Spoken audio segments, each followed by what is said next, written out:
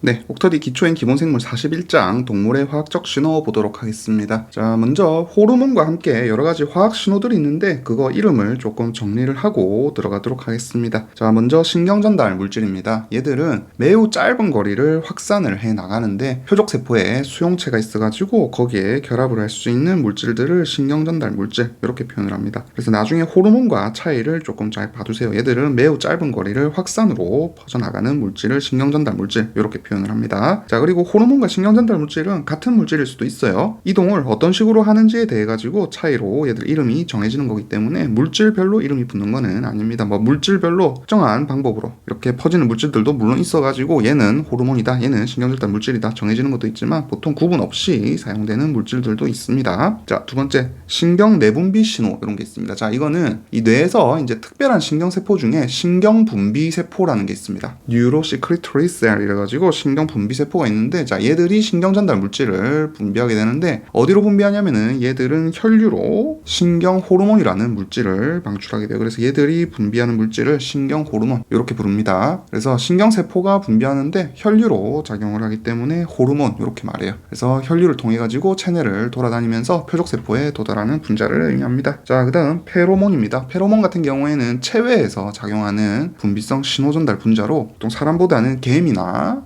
아니면 곤충들 있죠. 예를 들어 개미 같은 경우에 뭐 먹이나 포식자가 있을 때 이거를 밖에 막 뿌려가지고 사용하기도 하고, 길 안내할 때 뿌려놓고 여기를 따라와라 이런 식으로 페로몬으로 표시를 하기도 합니다. 그 외 곤충들이 뭐 짝짓기 할 때도 분비하기도 하고요. 그래서 밖으로 분비되는 신호 전달 분자다 이렇게 생각하시면 되겠습니다. 자, 그 다음 내분비라는 게 있습니다. 자, 내분비는 혈관으로 물질을 분비하는 것을 내분비 이렇게 부릅니다. 대표적으로 호르몬 있죠. 그래서 신경세포에 해가지고 호르몬 자체가 또 조절이 될 수 있거든요. 그러다 보니까 그냥 신경계, 내분비계 이런 기능계는 서로 기능적으로 조금 중첩이 될 수 있어요. 자, 그 다음 외분비입니다. 외분비는 분비관에 의해 가지고 분비되는 물질들이에요. 예를 들어 가지고 소화효소 같은 거, 아니면 우리 몸에 땀샘에서 분비되는 땀 이런 것들이 전부 외분비에 해당합니다. 그래서 용어 잠깐 간단하게 살펴봤고요. 이제 들어가도록 할게요. 자, 먼저 세포 간의 신호전달입니다. 먼저 내분비 신호전달 이렇게 되어 있네요.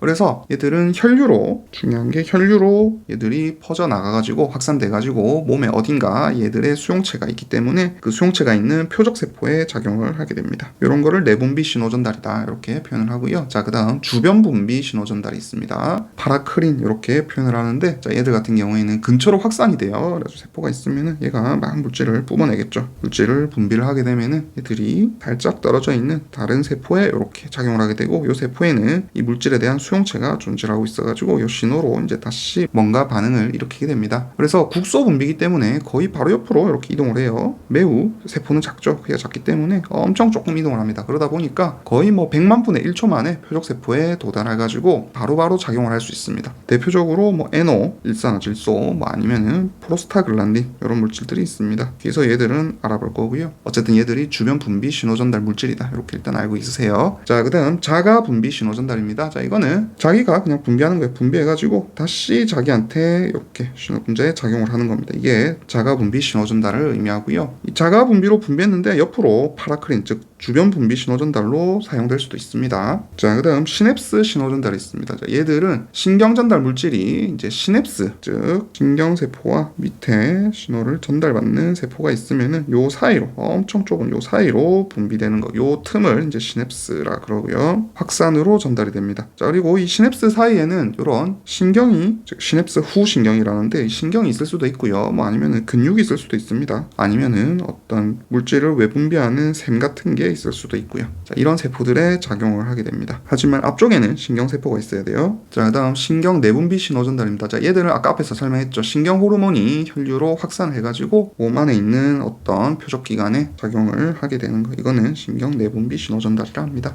자, 이번에 이제 조금 더 자세히 배워봅시다. 먼저 호르몬입니다. 자, 호르몬의 특성 나와 있는데, 호르몬 같은 경우에는 내분비선에서 생성이 돼가지고 혈관으로 분비가 되죠. 이게 특징입니다. 그래서 분비되는 양이 조절이 되고 매우 작은 양으로도, 미량으로도 생리적인 조절 기능을 할 수가 있어요. 예를 들어가지고 얘들이 인슐린이 있다. 자, 인슐린도 호르몬인데 얘들은 췌장에서 만들어요. 췌장에서 베타세포가 인슐린을 만들게 되면은 혈관을 통해 가지고 분비가 됩니다. 그러면은 얘들이 혈관을 통해서 온몸을 돌아요 전신으로 이동을 하게 되고, 만약에 이제 혈당이 높으면은 췌장에서 인슐린을 분비해라 이렇게 반응을 하죠. 그러면서 이게 인슐린이 해가지고 온몸으로 반응이 이어지게 되는 겁니다. 그래서 신경전달 물질 같은 경우에는 바로 옆에 세포에 작용을 한다 치면은, 호르몬 같은 경우에는 혈관을 타고 온몸으로 작용을 할 수 있다. 이렇게 정리를 좀 해두세요. 그래서 미량으로도 생리적 조절이 가능합니다. 예를 들면은 에피네프린이라는 물질이 있어요. 자, 얘들은 아까 앞에서 말했지만은 신경전달 물질이기도 하지만 호르몬일 수도 있습니다. 둘 다 작용을 하는 애들이에요. 그래서 얘들은 극소량만 있어도 심박수가 올라가고요, 혈압도 올라가고요, 혈당도 올릴 수 있습니다. 자, 그 다음에 뭐 에피네프린 말고도 신경전달 물질이자 뭐 호르몬으로 작용하는 애들이 있는데, 뭐 노르에피네프린, 그 다음에 뭐 도파민, 그 다음에 옥시토신, 그 다음에 ADH, 이런 놈들이 있습니다. 애매하긴 한데 세로토닌 같은 경우에 장에서는 국소 호르몬처럼 조금 작용을 하기도 합니다. 그래서 호르몬이냐 신경전달 물질이냐는 기능보다는 이동거리나 어떤 상황에 따라 정해진다. 이렇게 좀 정리를 하시면 좋겠어요. 자, 그래서 뭐 처음 나온 게 있는데, 옥시토신 같은 경우에는 이제 뇌하수체 후엽에서 혈류로 방출이 됩니다. 하지만은 얘들이 혈류로 방출될 때는 호르몬이지만은 뇌 안에선 신경전달 물질로 작용할 수도 있어요. 자, 뒤에서 배울 겁니다. 그 다음에 요 ADH 얘들은 다른 이름으로 항이뇨 호르몬 혹은 바소프레신, 다 같은 말입니다. 이렇게 부르기도 해요. 일단 요 정도만 보고 갑시다. 그래서 얘들 전부 다 이동거리가 짧고 시냅스 사이에서 작용을 하게 되면은 신경전달 물질로 작용을 할 수가 있고, 만약에 뇌 분비선에서 혈류로 분비가 되면은 호르몬으로도 작용할 수 있는 물질들입니다. 헷갈리지 마세요. 자, 그 다음 다시 돌아갑시다. 종 특이성이 적다 되어 있습니다. 예를 들어가지고 뭐 돼지 인슐린 같은 거 있죠. 돼지 인슐린, 돼지도 인슐린 있겠죠, 포유류니까. 자, 이거 사람에게도 사용이 가능합니다. 실제로 치료제로 사용한 적도 있어요. 지금 뭐 합성해서 쓰지만은 구조가 사람과 되게 비슷하기 때문에 쓸 수가 있고, 보통 항원 항체 반응이 되게 작습니다. 구조가 비슷하기 때문에 뭐 꼭 그런 건 아니에요. 그래서 아주 가끔이지만 면역 반응이 물론 생길 수도 있어가지고 지금은 사용하지는 않습니다. 자, 그 다음 기관 특이성이 있다 이렇게 돼 있네요. 그래서 앞에서 말한 거죠. 표적 기관에 수용체가 있을 경우에만 작용을 하게 됩니다. 호르몬 수용체 반응을 이끌죠. 그래서 호르몬이 온몸을 막 돌아다니기 때문에 애들이 가는 세포마다 반응을 나타내면 안 될 겁니다. 그렇기 때문에 수용체를 가진 세포랑만 반응을 할 수 있게 돼서 기관 특이성을 가지게 됩니다. 자, 그 다음 과다증과 과소증이 존재한다 되어 있네요. 자, 호르몬은 많든지 적든지 질환을 유발할 수 있습니다. 예를 들어가지고 갑상선 호르몬 같은 경우에 과다증이 되게 될 경우에는 뭐 체중이 감소한다든지 심박수가 증가한다든지 아니면은 신경 과민이 오게 되고, 부족하면은 반대 증상이 나타날 수 있어요. 그 다음에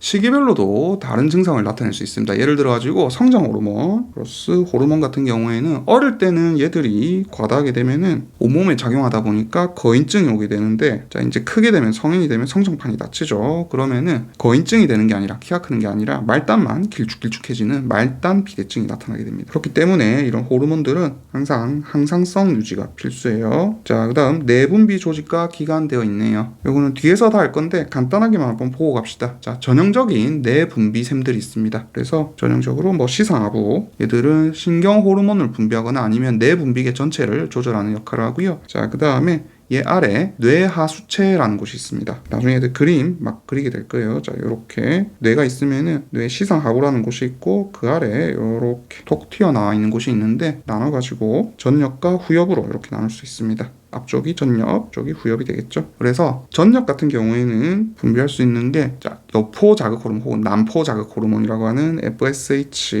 그 다음에 황체 형성 호르몬이라고 하는 LH, 그 다음에 갑상샘 자극 호르몬이라고 하는 TSH, 그 다음에 부신 피질 혹은 부신 겉질 자극 호르몬 이렇게 부르는 ACTH, 그 다음에 성장 호르몬 아까 위에서 말씀드렸죠, GH, 그 다음에 적 분비 호르몬인 프로락틴, 그 다음에 색소세포 자극 호르몬인 MSH, 이런 놈들을 만들어내고요. 그래가지고 혈관으로 분비를 합니다. 자, 후엽 같은 경우에는 위에서 말씀드린 항이뇨 호르몬, 즉 ADH, 그 다음에 요 위에 또 아까 있었던 옥시토신, 이런 애들을 분비하게 됩니다. 자, 후엽은 참고로 만들어내는 게 아니라 분비하는 거예요. 전엽은 만들어내는 거고, 이게 좀 차이가 있습니다. 이게 신경이 여기서부터 쭉 이어져 와가지고 여기서 혈류로 이렇게 분비가 돼서 그래요. 여기는 여기서 만들어져가지고 이쪽으로 분비가 됩니다. 그럼 차이가 있어요. 그래서 뭐 기능도 간단하게 보면 ADH 같은 경우에는 항이뇨 호르몬이죠. 그래서 얘들은 신장에서 물의 재흡수를 촉진합니다. 즉 소변이 안 나오도록 해요. 이뇨작용을 막습니다. 신장에서 물이 우리 몸으로 다시 재흡수가 되도록 도와줍니다. 일로 가면 소변이 되는데 소변으로 안 빠지도록 도와주는 게 ADH고요. 여기에 아쿠아포린이라고 하는 물이 통과하는 단백질의 발현을 높여주게 돼요. 그 다음 옥시토신 같은 경우에는부터 하세요. 자궁이나 젖샘세포의 수축을 유도하기도 하고요. 출산이나 아니면 애를 낳았을 때 아니면은 그 다음 얘들은 또 사회화와 또 조금 관련이 있는 행동 조절을 하는 호르몬이기도 합니다. 그 다음에 ADH는 뭐 부성애 이런 거랑 관련이 있기도 해요. 그래가지고 요게 경이돼서 사랑 호르몬이다 이러면서 배출이 되기도 했어요. 자, 그 다음에 갑상샘이 있습니다. 자, 우리 목에는 이제 갑상샘이라는 곳이 있는데 자, 여기서는 T3, T4라고 하는 물질이 대사조절 기능을 위해 분비됩니다. 그 다음에 이 갑상샘 뒤쪽에 조그맣게 4개의 샘이 더 있는데 걔들을 부갑상샘 이렇게 부릅니다. 얘들은 파라토르몬, 얘들을 분비하는 호르몬인데 자, 이게 이제 혈중 칼슘 농도를 조절하는데 중요한 기능을 하게 됩니다. 그래서 혈중 칼슘 농도는 10mg/dl가 정상 농도입니다. 자, 1dl 이꼬르 100ml입니다. 이 정도는 상식으로 좀 외우고 갑시다. 그 다음에 칸 쪽에서는 옆에 쓸게요. 자, 부신이라는 곳이 있습니다. 우리 신장 위에 조그맣게 달려 있는데 신장이 있으면 콩팥이 있으면 그 위에 여러 부신이라는 기관이 달려 있는데 이 부신은 피질과 수질로 나눌 수가 있고요. 즉 바깥쪽을 피질, 안쪽을 수질 이렇게 부릅니다. 그래서 수질 같은 경우에는 위에서 잠깐 말씀드린 뭐 에피네프린, 노르에피네프린 이런 애들을 분비하고 피질 같은 경우에는 코르티졸이라고 하는 물질을 분비를 합니다. 그래서 코르티졸 이꼬르 사람한테 그냥 글루코코르티코이드 이렇게 부르기도 하고요. 뭐 혈당을 올린다든지 염증을 조절하는 물질입니다. 그 다음에 알도스테론이라고 하는 물질도 또 분비를 해요. 다른 말로 또 무기질 코르티코이드 이렇게 부르는데 신장에서 뭐 나트륨 제어스하고 칼륨 배출을 조절하게 됩니다. 자, 그 다음에 우리 소화기관 중에 췌장 있죠. 췌장이자 얘들 같은 경우에는 아까 앞서서 말씀드린 인슐린 얘를 분비하기도 하고 또 글루카곤이라는 물질을 분비하기도 합니다. 엔즈입니다. 글루카곤이라는 물질을 분비하기도 합니다. 그리고 췌장 같은 경우에는 자, 얘들은 바깥으로 소화효소를 분비하는 외 분비샘이 따로 있고요. 이렇게 분비하는 외 분비샘이 따로 있고 혈관으로 분비하는 내 분비샘이 따로 있습니다. 이거는 지금 내 분비샘 이야기예요. 자, 그 다음에 생식샘도 전형적인 내 분비샘입니다. 그래서 남자 같은 경우에 정소 여기서는 테스토스테론을 만들어내죠. 안드로겐이라고 부릅니다. 그래서 정자를 생성한다든지 아니면은 남자의 2차 성장 발달 이런 거를 유지시켜주고요. 그 다음 난소 같은 경우에는 에스트로겐을 만들어내죠. 얘를 통해 가지고 이제 자궁의 내벽을 성장을 촉진시킨다든지 아니면은 여성의 2차 성징 발달과 유지에 관련이 있습니다. 그 외에도 이제 뭐 생리 때 프로게스테론 이런 것도 나오죠. 얘들은 자궁 내벽 성장을 촉진시킵니다. 그 외에 이제 송과샘이라는 곳이 있는데 여기는 멜라토닌이라는 수면과 관련된 호르몬 얘들을 만들어냅니다. 자세한 건 뒤에서 다시 배울 거예요. 일단 소개만 할게요. 자, 얘들 말고요. 전형적인 내 분비샘 말고요. 심화 과정에서 배우는 약간 다른 종류가 있는데 심장 같은 경우에 AMP라는 물질로 혈압을 조절하기도 하고 그 다음에 콩팥, 신장 같은 경우에는 EPO나 레닌 이런 거를 만들어냅니다. 그래서 적혈구 생산 인자고 레닌은 혈압을 조절하게 됩니다. 그 다음에 간에서는 앞에서 종종 얘기를 했지만은 IGF-1이라는 성장 인자 이런 거를 만들어내고 그 다음에 지방은 렙틴이라고 하는 물질을 만들어냅니다. 그 다음에 위장간에서는 가스트린, 세크레틴 이런 물질들을 만들어냅니다. 나중에 얘들 단원에서 따로 좀 살펴보기로 할게요. 자, 그 다음 호르몬의 화학적 종류 이렇게 나오네요. 자, 폴리펩티드 호르몬 같은 경우에는 단백질이나 아니면 펩티드 호르몬으로 예를 들면은 우리 앞에서 계속 배웠던 인슐린 같은 것들이 있고요. 그 다음에 아민 호르몬 같은 경우에는 이 티로신이나 트립토판 얘들 유래 호르몬입니다. 그래가지고 에피네프린이라든지 티록신, 갑상선 호르몬 이런 놈들이 있습니다. 자, 그 다음 스테로이드 호르몬은 콜레스테롤 유래 호르몬이에요. 그래가지고 앞에서 배웠던 성호르몬이라든지 아니면은 부신피질 호르몬들 엔즈입니다. 아니면 부신피질 호르몬들 즉 성호르몬이라면은 요런 애들, 부신피질 호르몬이라면은 요런 애들 스테로이드 호르몬을 의미합니다. 아, 그리고 티록신이 아까 갑상선 에서 분비되는 T4 말하는 거예요. 얘를 다른 이름으로 티록신 이렇게 부릅니다. 뒤에서 어차피 좀 자세히 배울 겁니다. 자, 그 다음 막 투과성에 따른 분류되어 있네요. 그래서 막을 투과하지 못하는 놈들 단백질이거나 아니면 친수성 부위를 가지고 있으면은 막을 불투과성을 가지겠죠. 그래서 대표적으로 뭐 에피네프린이라든지 아니면은 폴리펩티드 호르몬들 인슐린 같은 거 이런 놈들이 막 불투과성이고요.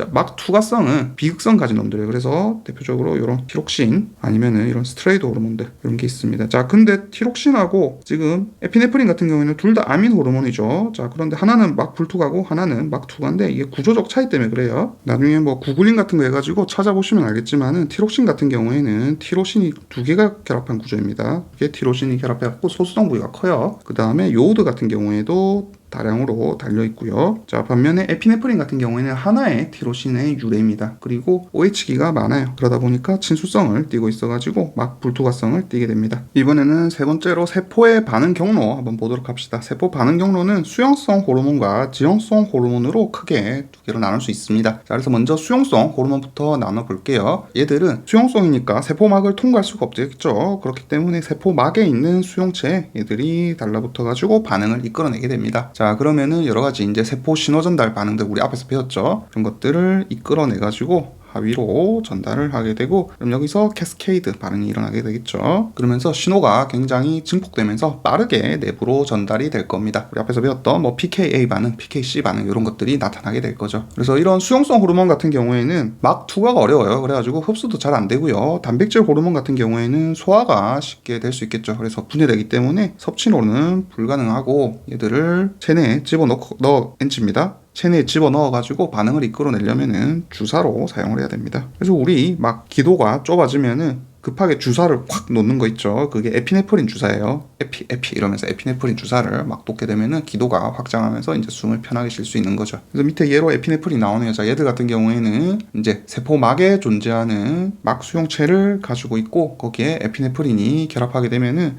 여기에 이제 GPCR이에요. 하나, 둘, 셋, 넷, 다섯, 일곱 번. 그러면은 여기에 이제 G 단백질이 붙어 있고, 그러면은 얘들이 이제 반응에 의해 가지고 사이클릭 AMP 활성으로 신호가 빠르게 증폭돼 가지고 전달이 되게 되죠. 자, 그다음 지용성 호르몬입니다. 지용성 호르몬 같은 경우에는 우리 소수성 막을 호르몬이 그대로 통과를 할 수가 있습니다. 자, 그렇기 때문에 세포질 수용체랑 결합을 얘들이 할 수가 있어요. 그래가지고 얘들이 복합체를 이룬 다음에 다시 핵 내부로 들어갈 수가 있는 거죠. 그러면서 DNA에 결합을 해가지고 얘들이 단백질의 발현을 유도하게 됩니다. 그래서 세포 내에서 어떤 신호에 이런 전달 없이 그냥 직접 그냥 붙어가지고 여기까지 들어가야 되죠. 그렇기 때문에 굉장히 느린 반응을 이끌어내게 됩니다. 심지어 DNA에 반응을 하면은 다시 메신저 RNA를 만들어내야 되고 여기서 또 단백질을 만들어내야 되고 이런 반응들이 있기 때문에 굉장히 느린 반응이에요. 자, 대신에 얘들은 보통 아까 지용성 호르몬들은 스테로이드 호르몬 이런 것들이 많았죠. 그래서 효소에 강합니다. 스테로이드 구조는 효소에 강해가지고 분해도 잘 안 되고 지용성이라서 막 투과도가 높죠. 그래서 장에서 흡수도 좀 잘 돼요. 그렇기 때문에 구강으로 섭취가 가능하죠. 대표적으로 우리 피임약 먹는 약으로 복용하죠. 에스트로겐 같은 거. 그래서 얘들은 이제 세포질에 존재하는 수용체에 에스트로겐이 들어가가지고 결합을 하게 되면은 복합체가 핵으로 들어가서 특정 유전자 전사를 촉진시키게 됩니다. 참고로 에스트로겐 같은 경우에는요, 지금 제가 지용성 호르몬에 적어놨지만은 막 수용체를 가지는 세포도 발견이 됐어요. 얘들은 막 플러스 세포질 둘 다 가진 애인데 보통은 근데 캠벨에는 요것만 나오기 때문에 일단 요것만 알고 있으시면 되고 얘도 있다고 정도만 알고 있으시면 되겠습니다. 그 다음에 하나 더, 이 교재들마다 조금 다르게 나와 있어가지고 여러분들 질문이 되게 많은데, 자, 멜라토닌이라는 호르몬이 있습니다. 아까 우리 수면과 관련된. 자, 얘들은 구조는 지용성이에요. 그래서 소수성 성질을 가지고 있는데 수용체는 또 GPCR 수용체를 가집니다. GPCR은 아까 그랬지만 세포막 수용체죠. 그래서 여기 밖에 있으니까 얘들이 뚫고 들어갈 수도 있지만 밖에 있는 수용체 얘들이 결합을 이렇게 할 수도 있겠죠. 그래서 조금 예외로 외워주시면 좋을 것 같습니다. 자, 이번에 호르몬의 복합적 효과 한번 보도록 합시다. 자, 호르몬이라는 거는요, 표적 세포에 작용을 해가지고 하나의 효과만 나타내는 게 아닙니다. 어떤 세포에 작용해가지고 어떤 수용체의 또 분야에 따라가지고 효과가 서로 다르게 나타나요. 자, 예를 들어가지고 에피네프린 같은 경우에는, 자, 얘들은 에너지 관련해가지고 대사와 관련한 효과를 나타낼 수도 있고요. 그 다음에 순환계와 관련해가지고 효과를 나타낼 수도 있고 호흡계와 관련해가지고 효과를 나타낼 수도 있습니다. 아까 앞에서 다 한 얘기죠. 그래서 에너지 관련해가지고는 뭐 간에서 글리코겐을 이제 포도당으로 분해가지고 혈당을 올릴 수 있고요. 아니면은 지방에서 이제 지방을 분해가지고 지방산을 증가시킬 수도 있고, 그 다음에 근육에서는 글리코겐을 분해가지고 그냥 근육 자체가 그 에너지를 포도당을 사용하게 할 수도 있습니다. 그 다음에 뭐 순환계는 이제 심장계 말하는 거죠. 그래서 심장에서 아까 말씀드렸지만은 심박수를 증가시킨다든지 심장 수축력도 증가시켜요. 그리고 이 골격근이나 이제 심장근을 둘러싼 혈관은 확장시켜가지고 피를 더 많이 들어갈 수 있도록 해주지만 피부나 소화기관 쪽은 혈관을 닫아가지고 수축을 시켜가지고 피가 이쪽으로 심장 쪽으로 더 많이 가도록 도와주게 됩니다. 그 다음에 호흡계는 아까 말씀드렸죠. 숨쉬기 편하게 해준다고. 그래서 호흡기 혈관은 NG입니다. 호흡기 평활근 자체는 확장을 시켜가지고 산소 공급을 증가시켜줘요. 근데 이게 가만 생각해보면은 우리가 긴장을 하거나 아니면은 싸움이 붙거나 아니면은 도망갈 때 이런 반응들이 다 나타나죠. 그렇기 때문에 싸움 도망 반응에 에피네프린이 사용된다. 이렇게 캠벨에 나오기도 합니다. 자, 그 다음 2번 에스트로겐 봅시다. 자, 에스트로겐 같은 경우에는 밑에 제가 조금 적어놨는데 이 에스트로겐의 한 종류인 에스트라디올에서 지금 이런 예가 나옵니다. 그래서 이 에스트라디올은 암컷 새하고요. 그 다음에 개구리의 간세포 모두의 결합이 가능해요. 자, 그래서 새간 같은 경우에는 여기서 난황, 즉 노른자를 형성하는 단백질인 비텔로제닌이라고 하는 물질의 생성을 촉진시킵니다.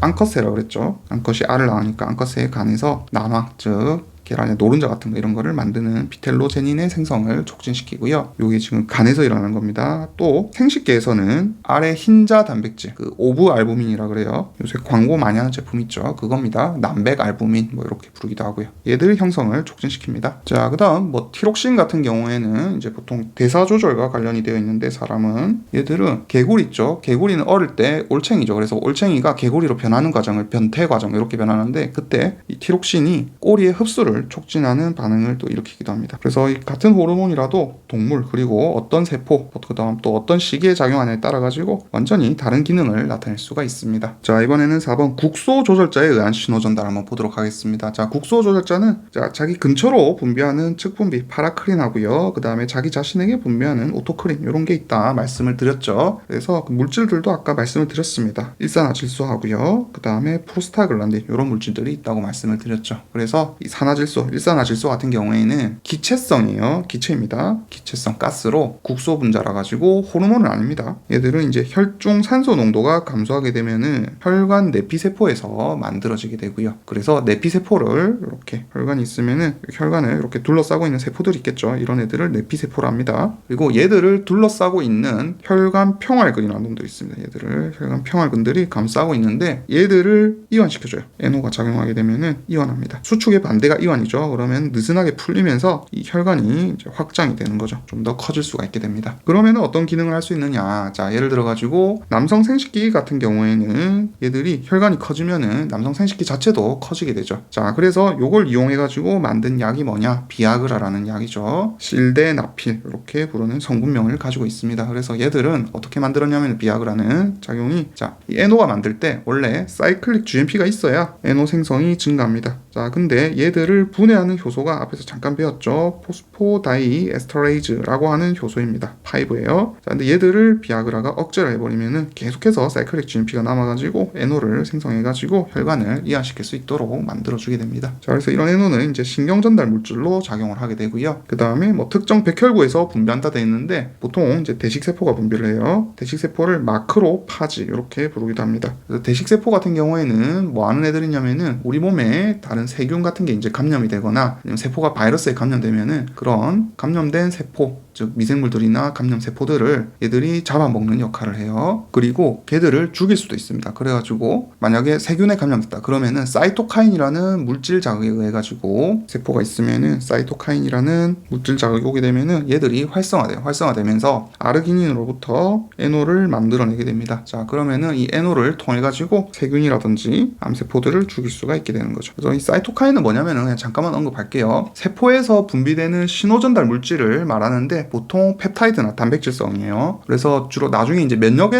단원에서 주로 등장을 할 겁니다. 그런데 면역 역할 외에도 이제 뭐 성장인자로 작용한다든지 아니면은 발생할 때 배아 발달을 조절할 수도 있고요. 그다음에 뭐 상처 치유 같은 다른 작용도 할 수가 있습니다. 그래서 이런 사이토카인은 국소적으로 보통 이렇게 작용을 해요. 근처에서 만들어져가지고 국소적으로 작용을 하고 수용체의 또 특이성도 있습니다. 그러다 보니까 이 국소적으로 작용하는 호르몬하고 거의 좀 유사해요. 그래가지고 경계가 살짝 애매한 것도 있는데 보통 면역학에서 등장하는 애들 뭐 TNF-알파, 인터페론 이런 애들이 사이토카인이다. 대충 알고만 있으시면 일단 되겠습니다. 자, 그 다음 프로스타글란딘입니다. 자, 프로스타글란딘은 얘들은 정확하게 말하면 호르몬도 아니고요. 사이토카인도 아니에요. 그래서 우리 세포막 있죠. 세포막에 있는 아라키돈산 같은 지질 유래의 국소 조절자입니다. 근데 얘들이 경성대에서는 면접 때는 그냥 호르몬이다 이렇게 기출이 된 적도 있어요. NG입니다. 출제된 적이 있어요. 그래가지고 문제가 사실 뭐가 나왔냐면은 신장에서 분비되는 대표적인 호르몬을 4가지나 대라 이렇게 나왔어요. 그래서 사실 3개는 쉽죠. 레닌, 앞에서 알려드린 거, 그 다음에 이피오, 그 다음에 이거 조금 애매하긴 해요. 칼시트리올이라는 게 있습니다. 어쨌든 신장에서 최종적으로 활성형으로 바뀌게 돼가지고 칼슘 흡수를 증가시키는 물질이고요. 근데 하나가 애매해요. 그래가지고 사실 답이 아마 프로스타글란딘이었을 것 같아요. 누가 답이라 한 건 아닌데 이거 말고는 없습니다. 그래서 얘가 이제 신장 혈류를 조절하고 여과율도 유지를 시켜주기 때문에 요 4개를 말했었어야 됐습니다.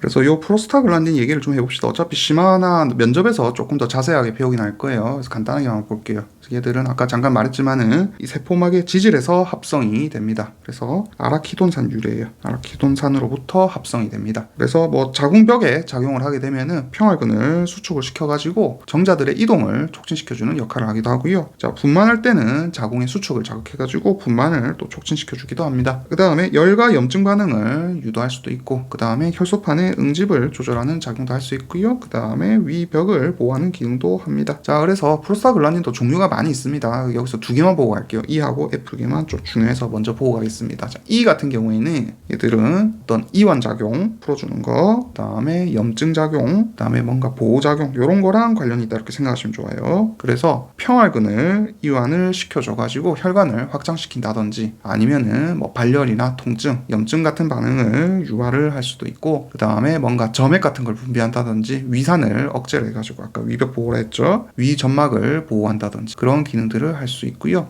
그 다음에 뭐 일부 조직에서는 뭐 평활근을 이완시킨다든지 아니면은 신장에서는 혈류를 유지하는 기능을 하기도 했습니다. 자, 그 다음에 프로스타글란딘 F입니다. 자, F 같은 경우에는 얘들은 또 수축 기능을 합니다. 그래서 평활근을 수축해가지고 폐로 들어가는 혈액 양을 줄인다든지 아니면은 자궁 평활근을 또 수축을 시켜가지고 분만을 유도한다든지 이러기도 하고요. 그 다음에 일부 동물 같은 데서는 황체 퇴화랑 조금 관련이 있기도 해요. 퇴화니까 뭔가 수축하는 느낌이 들죠. 쪼그라드는 그런 식으로 좀 외우시면 좋을 것 같습니다. 자, 그리고 이런 프로스타글란딘의 합성을 억제하게 되면은 아까 염증, 통증과 관련이 있다 했죠. 진통제를 만들 수 있습니다. 혹은 항염증, 소염제를 만들 수 있어요. 대표적으로 아스피린, 그 다음에 캠벨에 나오는 게 이부프로펜, 우리 부르펜 이렇게 부르는 애들 있죠. 그런 애들이 있습니다. 자, 그리고 얘들 둘 차이를 원광대에서 좀 물어봤는데 이 아까 아라키돈산에서 중에 프로스타글란딘이 만들어지는데 요때 작용하는 효소 이름이 사이클로옥시게네이즈라 해가지고 콕스라는 효소가 있습니다. 얘들 둘 다 얘를 억제를 해가지고 프로스타글란딘이 만들어지는 것을 억제하는 작용을 해요. 근데 차이가 약간 있어요. 자, 아스피린 같은 경우에는 콕스를 비가역적으로 아세틸화 시킵니다. 자, 반면에 이 엔세이드, 이부브로펜 같은 경우에는 콕스를 가역적으로 억제해요. 자, 비가역 가역은 아시죠? 왔다 갔다 할 수 있으면은 가역적, 즉 회복을 할 수 있는 거, 그 다음에 완전히 망가져 버리는 거, 비가역적 이렇게 부릅니다. 자, 어쨌든 아스피린 같은 경우에는 콕스를 비가역적으로 억제를 해가지고 혈소판에 되게 효과적입니다. 그래서 혈소판이 새로 만들어질 때까지 완전히 억제를 하죠. 그렇기 때문에 얘들은 항혈전 효과가 좋아요. 반면에 이부브로펜은 항혈전 효과는 거의 없습니다. 그래서 심혈관 예방은 거의 아스피린만 사용을 합니다. 대신에 둘 다 프로스타글란딘은 생성은 억제를 할 수가 있죠. 그렇기 때문에 둘 다 진통, 공통적으로는 배열, 소염 작용은 다 있습니다. 근데 아스피린 같은 경우에 지금 비가역적으로 작용을 했죠. 자, 그러다 보니까 위 점막 보호를 원래 프로스타글란딘이 해줘야 되는데 얘들이 비가역적으로 막아버린 거예요. 그러다 보니까 아스피린이 훨씬 더 위 점막 손상에 영향을 많이 피게 됩니다. 상대적으로 이부브로펜이 점막 손상은 덜해요. 수림이 조금 덜하다 이런 말입니다. 그걸 원광대에서 물어봤어요. 요걸 아는지. 자, 그 다음 신경전달 물질로 이제 뭐 아미노산 유도체, 아까 앞에 말했던 뭐 사이토카인, 그 다음에 뭐 성장인자, 우리 그로스 팩터 이러면서 많이 나왔죠. 이런 애들도 측분비나 자가 분비되는 국소 조절자의 한 종류들입니다. 사이토카인은 아까 말씀드렸죠. 앞에서 말씀을 드렸습니다. 이거 설명하면서 세포에서 분비되는 신호전달 물질의 총칭인데 주로 단백질이다. 물론 단백질이기 때문에 당화가 될 수도 있습니다. 될 수도 있고 안 될 수도 있고요. 네, 이번에는 무척추 동물의 내분비계와 신경계의 공동작용 보도록 하겠습니다. 자, 요거는 사실 곤충을 얘기해요. 곤충. 그래서 곤충 뇌를 이렇게 살짝 그려보면은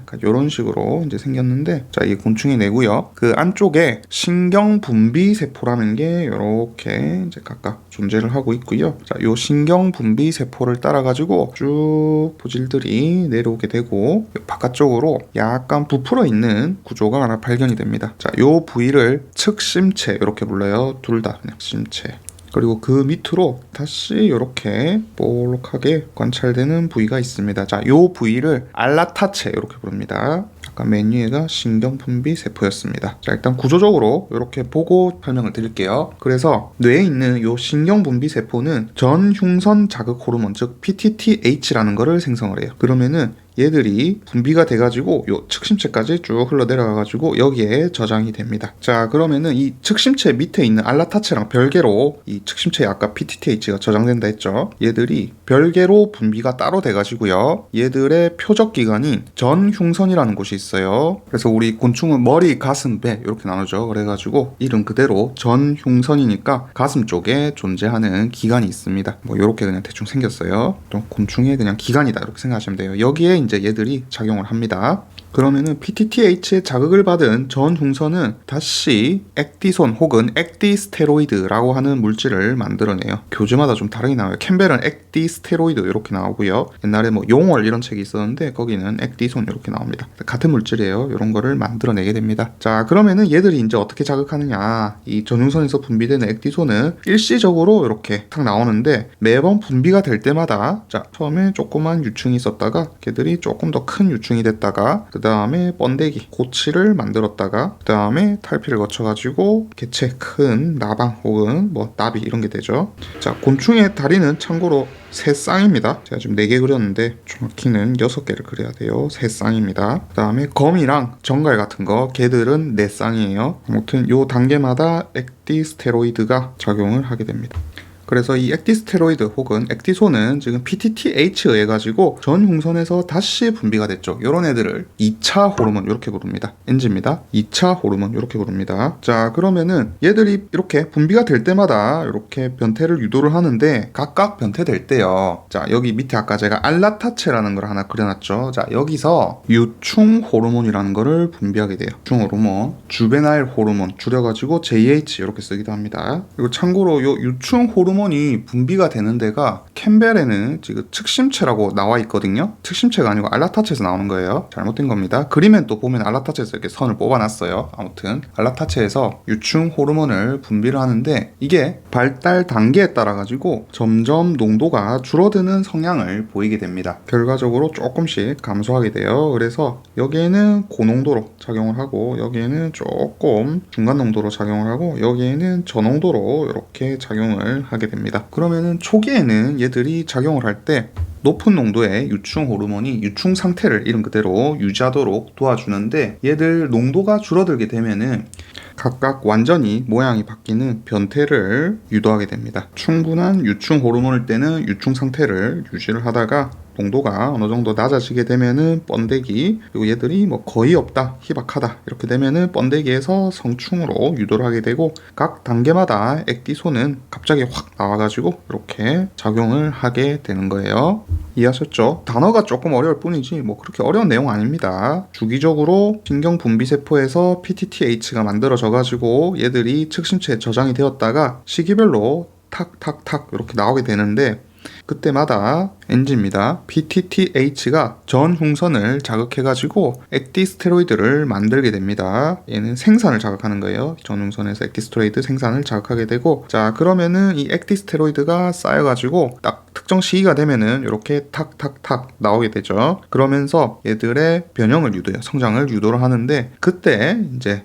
유충 호르몬이 농도가 높은 단계에서는 유충 상태를 유지하게 되지만 이 곤충이 나이를 먹으면서 알라타체 기능이 떨어지면서 유충 호르몬의 농도가 낮아지게 되면은 이 액티스테로이드를 억제하는 효과가 NG입니다. 이 유충 호르몬의 농도에 따라 가지고 탈피 결과가 이렇게 결정이 되는 거예요. 그래서 뭐가 뭐를 억제한다 이런 개념은 아니고 액티스테로이드 혹은 액티손은 탈피를 발생시키는 어떤 트리거 역할을 하는 거고요. 그 다음에 유충 호르몬 같은 경우에는 이제 탈피의 결과를 결정하는 역할을 하게 되는 겁니다. 어렵지 않죠? 자, 이번에는 2번 여기까지 끝내고요. 되먹임 조절과 대립 호르몬 쌍 한번 보도록 합시다. 자, 먼저 간단한 내분비 경로입니다. 그래서 내분비 세포는 내부나 혹은 뭐 환경 자극에 따라 가지고 특정 호르몬을 분비하게 돼요. 자, 예를 들어 볼게요. 자, 우리 위에서 원래 위산이 나오죠. 그러면은 그 밑으로 12지장이라는 곳이 있는데, 자, 이거는 나중에 소화계 하면서 배울 겁니다. 어쨌든 그냥 알고 있으세요. 위 밑에 12지장이 있는데, 자, 거기에 이제 위산이 내려오니까 12지장의 pH가 낮아지게 됩니다. 그러면은 이 12지장에 S세포라는 게 있어요. 그러면은 여기서 세크레틴이라고 하는 호르몬을 분비하게 됩니다. 앞에서 잠깐 언급드렸죠. 그러면 얘들이 어떻게 하냐면은, 자, 혈관을 따라 다시 돌아가지고 췌장세포에 결합을 해요. 췌장세포 수용체, 세크레틴 수용체에 결합을 하겠죠. 그러면은 췌장은 제가 아까 내분비샘이자 외분비샘이라 했습니다. 이자. 그래서 외분비샘 기능으로 얘들이 중탄산염을 분비하게 돼요. 그러면은 얘들이 다시 pH를 올려줄 수가 있겠죠. 그러면은 pH가 증가가 되게 됩니다. 자, 이런 과정을 pH가 낮았는데 다시 pH가 올라갔죠. 이런 과정을 음성 되먹임 이렇게 불러요. 자, 이번에는 간단한 신경 내분비 경록도 이것도 한번 보도록 할게요. 위에는 그냥 내분비였고 이거는 신경 내분비입니다. 자, 그래서 자극은 감각 뉴런이 먼저 받게 되고요. 이어가지고 신경 분비 세포를 NG입니다. 이어가지고 신경 전달 물질을 분비하는 신경 분비 세포를 자극을 하게 됩니다. 자, 그러면은 이런 신경 분비 세포가 신경 호르몬을 분비를 하게 될 거고, 자, 이거는 혈관으로 확산이 돼가지고 표적세포에 다다르게 되겠죠. 자, 예를 들어 보겠습니다. 먼저 모유 수유를 할 때 예를 들어 볼게요. 그래서 애기들이 엄마 젖을 빨아요. 그러면 그걸 젖빨기 반사 이렇게 부르거든요. 그러면은 이 자극이 이제 엄마의 시상하부 신경세포에서 옥시토신을 만들어내게 됩니다. 그러면은 얘들이 신경세포를 따라가지고 아까 뇌하수체 후엽으로 내려온다 했죠. 그래가지고 혈관으로 분비되게 돼요. 그러면은 얘들이 다시 젖샘 평활근을 가가지고 축축시키게 됩니다. 그러면은 젖이 더 잘 나오게 되겠죠. 즉 자극이 왔는데 더 반응을 많이 하는 거예요.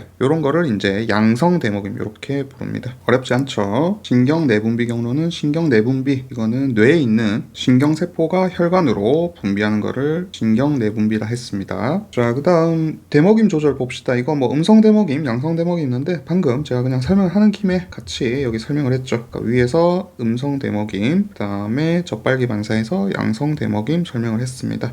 자, 이번에는 세 번째 이자에서의 조절 한번 보도록 합시다. 자, 이자에서의 조절, 요거는 원래 호르몬 단원에 나오는 건 아니고요. 캠벨 기준으로는 42장에 나오는데 제가 좀 땡겨가지고 미리 썼습니다. 그냥 같이 공부해보도록 할게요. 자, 그래서 이자는 랑게르한스 섬이라고 하는 내분비 세포를 가지고 있어요. 그래서 아까 앞에서도 췌장은 말했지만은 이렇게 소화관으로 분비하는 외분비샘을 가지고 있고요. 그 안에 이런 식의 이제 랑게르한스 섬이라는 걸 가지고 있습니다. 여기에는 또 다시 이제 내분비 세포 중에서 알파 세포, 베타 세포, 델타 세포 혹은 D 세포, 이런 세 종류의 세포를 가지고 있는데 각각 세포에서는 서로 다른 종류의 호르몬을 생성하게 돼요. 그래서 먼저 알파 세포 같은 경우에는 글루카곤을 생성하고요. 그리고 혈액으로 분비합니다. 베타 세포는 계속 말하고 있는 인슐린을 생성해가지고 분비하고, 델타 세포 같은 경우에는 소마토스타틴이라고 하는 억제성 물질을 분비하게 됩니다. 자, 요거는 여기서 하진 않을 거고요. 이번에는 알파와 베타 세포에서 나오는 글루카곤 하고 인슐린만 보도록 할게요. 자, 먼저 글루카곤입니다. 글루카곤 같은 경우에는 혈당 조절을 위해 가지고 이제 분비가 되는데 이 둘 다 사실 혈당 조절을 위해서 분비가 되죠. 그래서 정상 혈당은 한 70에서 110mg per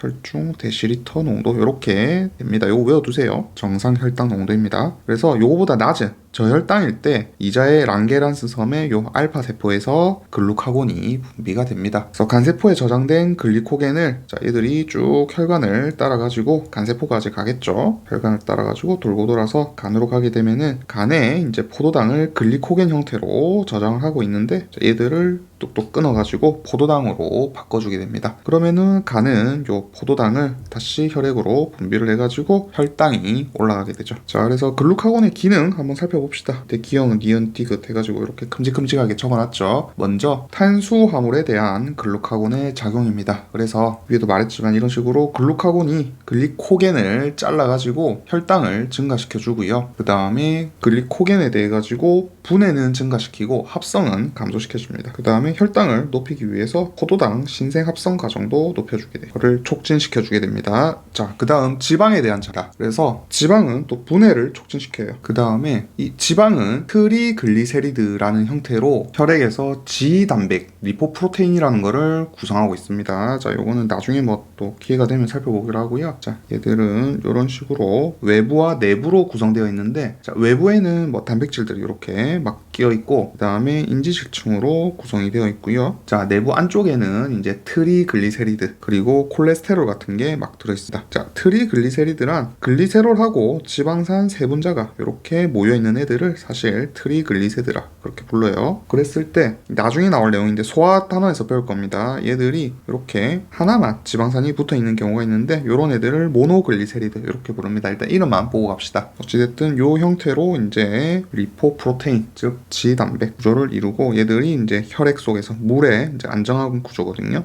혈액 속에서 얘들이 돌아다니는데 이런 트리글리세리드의 합성을 글루카곤이 하게 됩니다. 엔지입니다. 이런 트리글리세리드의 합성을 억제하는 작용을 글루카곤이 하게 됩니다. 그러면은 결론적으로 어떻게 되느냐? 자, 얘들이 지방산이 이렇게 붙어가지고 얘가 돼야 되거든요. 얘들이 붙어가지고 트리글리세리드가 되게 되는데 붙질 않으니까 혈중에 지방산 농도가 증가하게 되겠죠. 그와 함께 혈중 케톤체도 증가하게 됩니다. 자, 요거 이제 이해가 돼야 돼요. 자, 케톤체는 어디서 만들어졌냐면 우리 지방산이 끊어지면서 만들어졌습니다. 지방산이 분해되면서 베타산화가 일어나면서 케톤체가 만들어졌는데 지금 보시면은 얘들 트리글리세리드가 합성이 안 되면서 혈중 지방산 농도가 아까 늘었죠. 그러면은 이런 자유지방산들이 간으로 이동해가지고 간에서 베타산화가 증가하면서 아세틸코에이가 증가하게 되고, 자, 적으면서 다시 봅시다. 혈중 지방산이 증가하게 되면은 이 얘들을 이제 자유롭게 떠도니기 때문에 엔지입니다. 자유롭게 떠다니기 때문에 엔지입니다.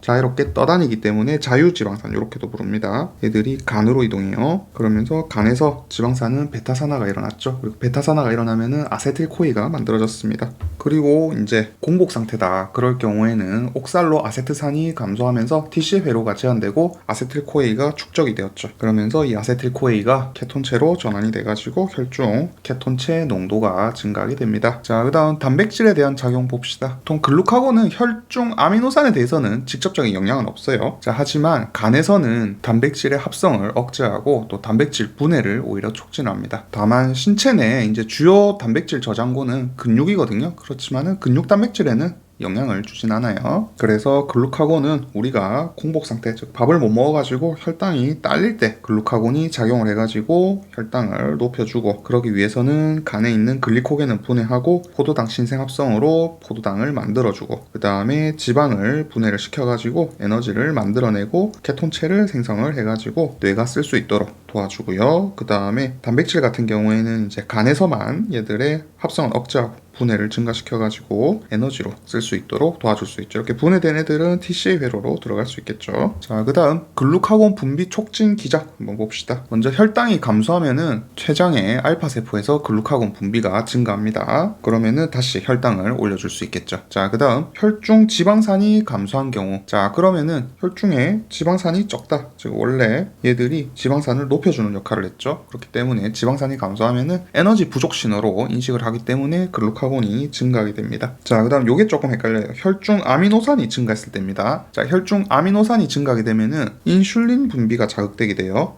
왜냐면은 인슐린은 아미노산을 세포로 넣어가지고 단백질 합성을 촉진해주게 합니다. 이거 뒤에 바로 나와요. 인슐린 배울 때. 하여튼 그런 역할을 합니다. 자, 그러다 보니까 이게 혈중 아미노산을 감소시키기 위해서 인슐린이 분비가 되었던 거죠. 하지만 인슐린이 분비가 되면은 다시 저혈당 위험이 올 수 있어요. 혈당을 떨어뜨리거든요. 그러면은 요걸 막기 위해서 혈중 아미노산 증가 시에 동시에 어떻게 되느냐? 글루카곤도 분비가 돼요. 그러면은 얘들은 다시 포도당 신생 합성 과정을 거쳐가지고 포도당 농도를 높여주죠. 즉 혈당을 높여주게 됩니다. 그러면 둘이서 이제 상쇄되는 거죠. 그래서 혈중 아미노산만 인슐린이 감소시키도록 도와주게 됩니다. 이번에는 글루카곤에 이어가지고 인슐린 한번 보도록 하겠습니다. 자, 인슐린은 고혈당일 때 혈당을 낮추는 역할을 해요. 방금 앞에서 잠깐 봤듯이. 그래서 랑게란슨 섬의 베타세포에서 분비가 된다 말씀을 드렸었고요. 자, 얘들은 간이랑 근육에서 포도당을 글리코겐으로 저장을 해가지고 가지고 있도록 하는 거죠. 거죠. 자, 저장이 아니고 가지고 있도록 함. 이렇게 만들어줍니다. 그리고 근육에서는 이 포도당을 얘들이 혈중 포도당 농도, 즉 혈당을 낮추기 위해서 근육이 포도당을 흡수를 해가지고 얘들이 빨리빨리 소비를 할 수 있도록 도와주는 게 인슐린의 역할입니다. 자, 그래서 작용 기전 같은 경우에는 얘들은 RTK 효소를 가지고 있습니다. 그래서 효소 연결 수용체였죠. RTK를 가지고 있어가지고 티로신 키나제 경로를 따르게 됩니다. 앞에서 배운 내용이라 생략할게요. 다이머를 형성한다, 뭐 이런 얘기 했었습니다. 자, 그 다음 기능 봅시다. 먼저 탄수화물에 대한 작용, 그 다음에 지방에 대한 작용, 그 다음에 단백질에 대한 작용, 이 순서로 알아볼게요. 자, G는 왜 들어왔는지 모르겠네요. 뭐 편집하다 잘못된 것 같아요. 삭제하시고 탄수화물부터 보겠습니다. 자, 그래서 먼저 탄수화물에 대한 작용은 혈당을 감소시키는 역할을 합니다. 일단 이게 메인이에요. 그리고 또 탄수화물을 저장하는 역할도 하죠.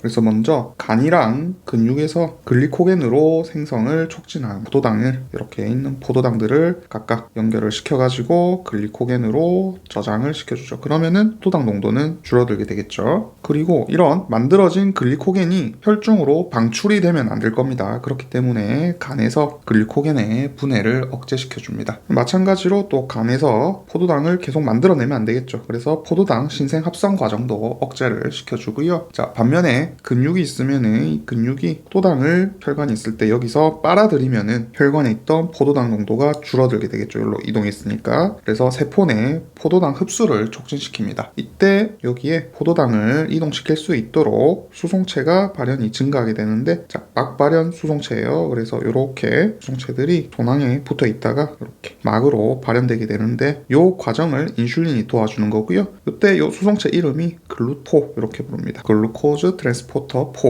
약자예요. 자, 그 다음 지방에 대한 작용 한번 보도록 합시다. 그래서 역시나 앞에 글루카곤 반대입니다. 얘들은 혈중 지방산을 감소시켜요. 반면에 트리글리세리드의 저장은 증가시킵니다. 지방 세포에서 저장이에요. 그래서 밑에 봅시다. 지방 조직 세포 내로 포도당 수송 촉진, 이렇게 돼 있죠. 그래서 포도당으로부터 이제 지방산하고 글리세롤의 합성을 촉진해가지고 중성지방의 합성을 촉진하게 됩니다. 그리고 중성지방 이꼬르 아까 앞에서 말한 트리글리세리드입니다. 이게 똑같은 거예요. 줄여가지고 그냥 TG 이렇게 쓰거든요. 트리글리세리드. 얘가 중성지방이고 트리아실글리세롤 이렇게 부르기도 해요. 똑같아요. TAG.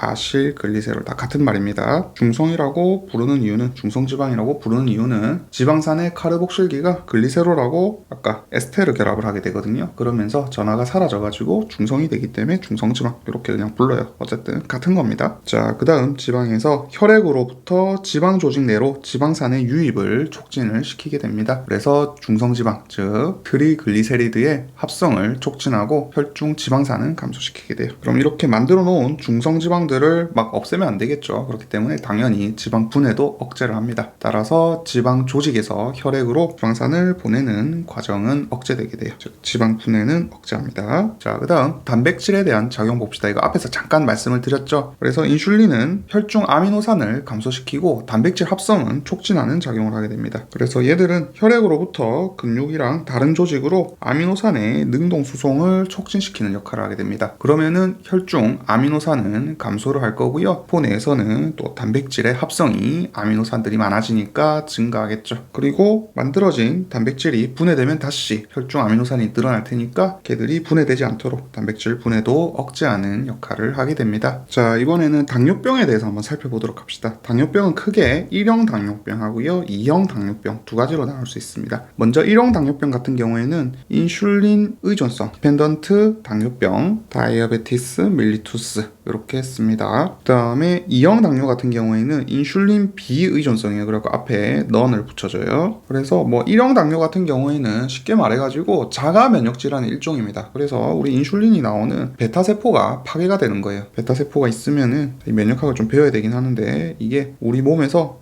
이거 내 몸이 아닌데 이렇게 그냥 착각을 하는 겁니다. 그래가지고 얘들을 파괴시켜요. 그러면서 베타세포가 없어지니까 당연히 인슐린 분비도 감소하겠죠. 이런 것들을 이제 자가 면역 질환 이렇게 부르는데, 이게 1형 당뇨입니다. 그래서 얘들은 인슐린 자체가 나오질 않아요. 그렇기 때문에 치료법은 그냥 인슐린을 주사해주는 수밖에 없습니다. 자, 반면에 2형 당뇨가 있습니다. 자, 2형 당뇨 같은 경우에는 조금 내용이 다릅니다. 얘들은 인슐린 수용체가 원래 근육세포 같은 이런 표적세포에 이렇게 인슐린 수용체가 있는데, 자, 이게 단 걸 너무 많이 먹으니까 아우 이러면서 또 인슐린이네 하면서 원래 밑으로 신호 전달을 해줘야 되겠죠. 신호 전달 해줘야 되는데 아유 모르겠다 하면서 이제 파업에 들어가는 거예요. 그러면서 표적세포가 이 반응성이 떨어져 버리는 겁니다. 자, 그 다음 E형 당뇨 같은 경우에는 조금 얘기가 달라요. 그래서 얘들 같은 경우에는 이제 원래 표적세포가 있는데 표적세포에 인슐린 수용체가 있고요. 인슐린이 원래 달라붙어가지고 밑으로 신호 전달을 막 보내게 되죠. 그러면서 뭐 IRS, 그 다음에 PI3K, 그 다음에 AKT 경로 이런 것들이 막 일어나면서 몰라도 돼요. 지금 몰라도 됩니다. 나중에 나온 내용입니다. 심화에서 이런 것들이 일어나면서 글루티포가 막에 이렇게 발현이 돼야 됩니다. 자, 그런데 이런 과정들이 이제 억제가 되는 거죠. 왜? 평소에 단 걸 너무 많이 먹는 거예요. 단 걸 너무 많이 먹으니까 어때요? 막 살이 찌고 이러죠. 그러면서 세포 입장에서는 아유 또 왔네 이러면서 그냥 파업에 들어가는 거죠. 쉽게 말해서. 따라서 인슐린이 충분히 있음에도 불구하고 세포들이 파업에 들어가서 반응을 하지 않는 겁니다. 그래서 인슐린 비의존성 당뇨병 이렇게 표현해요. 인슐린이 충분히 있습니다. 인슐린에 상관없이 하위 단계에서 뭔가 문제가 생긴 거죠. 보통 그 원인이 비만입니다. 그래서 인슐린 수용체를 가지고 있는 이 세포들이 변화해가지고 그 표적세포의 반응성이 감소한 거죠. 자, 그래서 인슐린 의존성하고요 비의존성하고 한번 비교를 해봅시다. 먼저 발병 원인은 1형은 아까 위에 말했듯이 췌장의 베타세포가 손상된 거고요. 2형 같은 경우에는 인슐린 수용체가 뭐 감소했다든지 아니면은 그 하위 신호 전달 반응이 이제 떨어졌다든지, 즉 비만이 정적인 원래 NG입니다. 즉 비만에 의해 가지고 어쨌든 표적세포의 반응성이 인슐린에 대한 반응성이 낮아진 거죠. 그래서 유전적 소인 이렇게 나와 있는데, 자, 얘들은 자가 면역 질환이 원인이었고요. 얘들은 인슐린에 대한 어떤 민감도가 낮은 유전적 요인이 원인이 될 수도 있습니다. 그래서 당뇨도 어떻게 보면 유전이다 이렇게 표현하기도 하죠. 자, 그 다음 비만과의 연관성 봅시다. 1형 당뇨 같은 경우에는 비만하고는 아무 상관이 없습니다. 비만이랑 연관성이 뭐 거의 낮고요.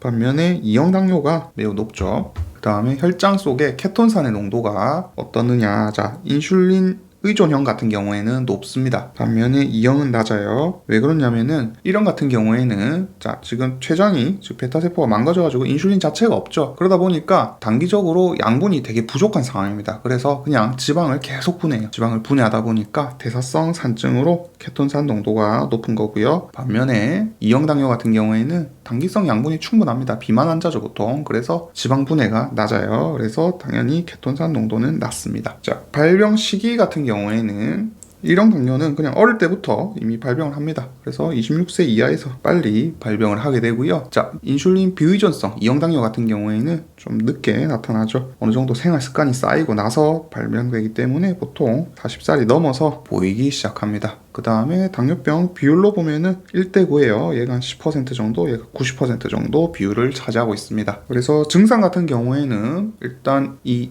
1형 당뇨는 마른 당뇨 이렇게 표현하기도 합니다. 그래서 얘들은 인슐린이 없기 때문에 항상 배가 고픈 상태예요. 그래가지고 양분이 결핍되어 있고 아까 케톤체가 늘어나니까 대사성 산증이 일어나고요. 그 다음에 탈수 현상도 발생하게 됩니다. 자, 반면에 2형 당뇨 같은 경우에는 비만이죠. 그러다 보니까 뭐 고지혈증이라든지 고혈압 같은 합병증들이 같이 오게 됩니다. 그냥 비만 자체가 원인이라 그래요, 이거는. 자, 그 다음에 인슐린 분비는 들은 항상 부족할 거고요. 반면에 얘들은 그냥 정상 상태입니다. 인슐린은 잘 나오는데 받아들이는 세포가 문제인 거예요. 자, 그래서 치료 같은 경우에는 아까 말했죠. 1형은 인슐린을 주사해야 되고요. 단백질이니까 먹으면 안 되겠죠. 그래서 주사합니다. 반면에 2형 당뇨는 인슐린 필요 없어요. 그래가지고 이 세포들이 문제입니다. 따라서 경구 약을 투여한다든지, 나중에 나오는데 이제 메트포르민이라는 약을 1차로 써요. 요거는 나중에 전공심화에서 제가 좀 설명을 많이 드릴게요. 그 다음에 살을 빼야겠죠. 그래서 운동을 한다든지 아니면은 식사량을 조절하는 식이요법 이런 걸 병행해야 됩니다. 자, 그래서 뭐 이거는 그냥 당연한 소리예요. 비만과 관련된 2형 당뇨병 환자의 세포는 저장 양분이 충분하기 때문에 인슐린 수용체 민감도가 감소해서 혹은 표적세포의 반응성이 작아져서 당뇨가 유발되게 됩니다. 자, 그 다음에 참고로 적으세요. 이거는 뭐 시험에 안 나올 수도 있는데 모디라고 하는 질병이 있습니다. 자, 얘 같은 경우에는 단일 유전자 돌연변이로 인해 가지고 어릴 때부터 그냥 베타세포 기능 이상이 발생한 거예요. 그래서 얘는 1형 당뇨도 아니고 2형 당뇨도 아닙니다. 자, 1형 당뇨랑은 어떤 점이 다르냐면은 얘들은 얘들은 자가 면역 질환이 아니에요. 그리고 베타 세포도 기능이 존재합니다. 그리고 경구약으로도 치료가 돼요. 자, 그러면은 이형 당뇨냐? 또 이형 당뇨가 아닌 게 얘들은 또 인슐린 저항성이 거의 없습니다. 인슐린 저항성이 거의 없고 유전적으로 얘들은 돌연변이가 일어난 게 원인이죠. 그렇기 때문에 1, 2형 둘 다 해당되지 않는 당뇨, 소아당뇨라고도 부르는데 모디라고 하는 질환이 있습니다. 자, 이번에는 뇌 분비계 조절의 중추인 시상하부하고 뇌 하수체 한번 보도록 합시다. 자, 간단하게 뇌 한번 그려볼게요. 자, 우리 머릿속에는 두개골을 쪼개면 안쪽에 뇌가 이렇게 들어있고요. 자, 이쪽이 눈 쪽입니다. 여기가 뒤통수예요. 자, 이렇게 있으면은 이쪽으로 이렇게 그릴 수가 있고, 자, 요 아래쪽으로 해가지고 이쪽에 이제 시상이라는 부위가 있고요. 그 밑으로 시상하부가 이렇게 달려있고, 그 아래쪽으로 아까 잠깐 그렸죠? 뇌 하수체가 이렇게 달려 있습니다. 달려 있고 앞쪽이 여기가 눈 쪽이죠. 이쪽이 뇌 하수체 전엽, 이쪽이 뇌 하수체 후엽입니다. 이쪽이 시상 하부, 그 위에가 시상, 여기가 대뇌가 되겠죠. 그리고 요 시상 뒤쪽으로 해가지고 소뇌 앞쪽에 있는데 이쪽에 이제 소뇌라는 부분이 달려 있거든요. 이쪽에 보면은 손과 샘이라는 부위가 있습니다. 여기는 소뇌고요. 그 밑으로 이제 척수가 내려가게 돼요. 그래서 우리는 이제 요 부위를 배울 거예요. 시상하부, 뇌하수체 전엽과 뇌하수체 후엽. 그리고 아까 앞에서 잠깐 말씀을 드렸지만은 뇌하수체 후엽 같은 경우에는 시상하부에서 신경분비세포에서 그냥 쭉 내려옵니다. 돌기가 쭉 내려와요. 이걸 조금 확대해서 그릴게요. 여기만 이렇게 쭉 내려오고 이렇게 있고 요 앞쪽으로 다시 뇌하수체 전엽이 이렇게 달려 있습니다. 그래서 여기에 이제 신경분비세포가 있는데 여기에서 그냥 쭉 이렇게 축삭 돌기라는 부분들이 그냥 내려와요. 여기까지 내려와가지고 여기서 혈관으로 호르몬들을 분비하게 되는 거고요. 뇌하수체 전엽 같은 경우에는 자 여기서 여기까지 내려옵니다. 여기서 혈액으로 이렇게 분비를 해요. 신경분비세포가 여러가지 뭐 방출 호르몬이나 억제 호르몬 같은 거 나중에 배울 겁니다. 그런 애들을 혈관으로 분비를 하게 됩니다. 자, 그럼 이 혈관을 따라가지고 이제 내려오는 거예요. 혈관을 따라가지고 막 얼기설기 막 애들이 내려오게 되면은 이 혈관이 이제 문맥이라는 부위고요. 나중에 설명드릴게요. 그 밑으로 다시 모세혈관 들이 막 발달이 돼 있고 이쪽에서 이제 뇌하수체 전엽에서 요 혈관으로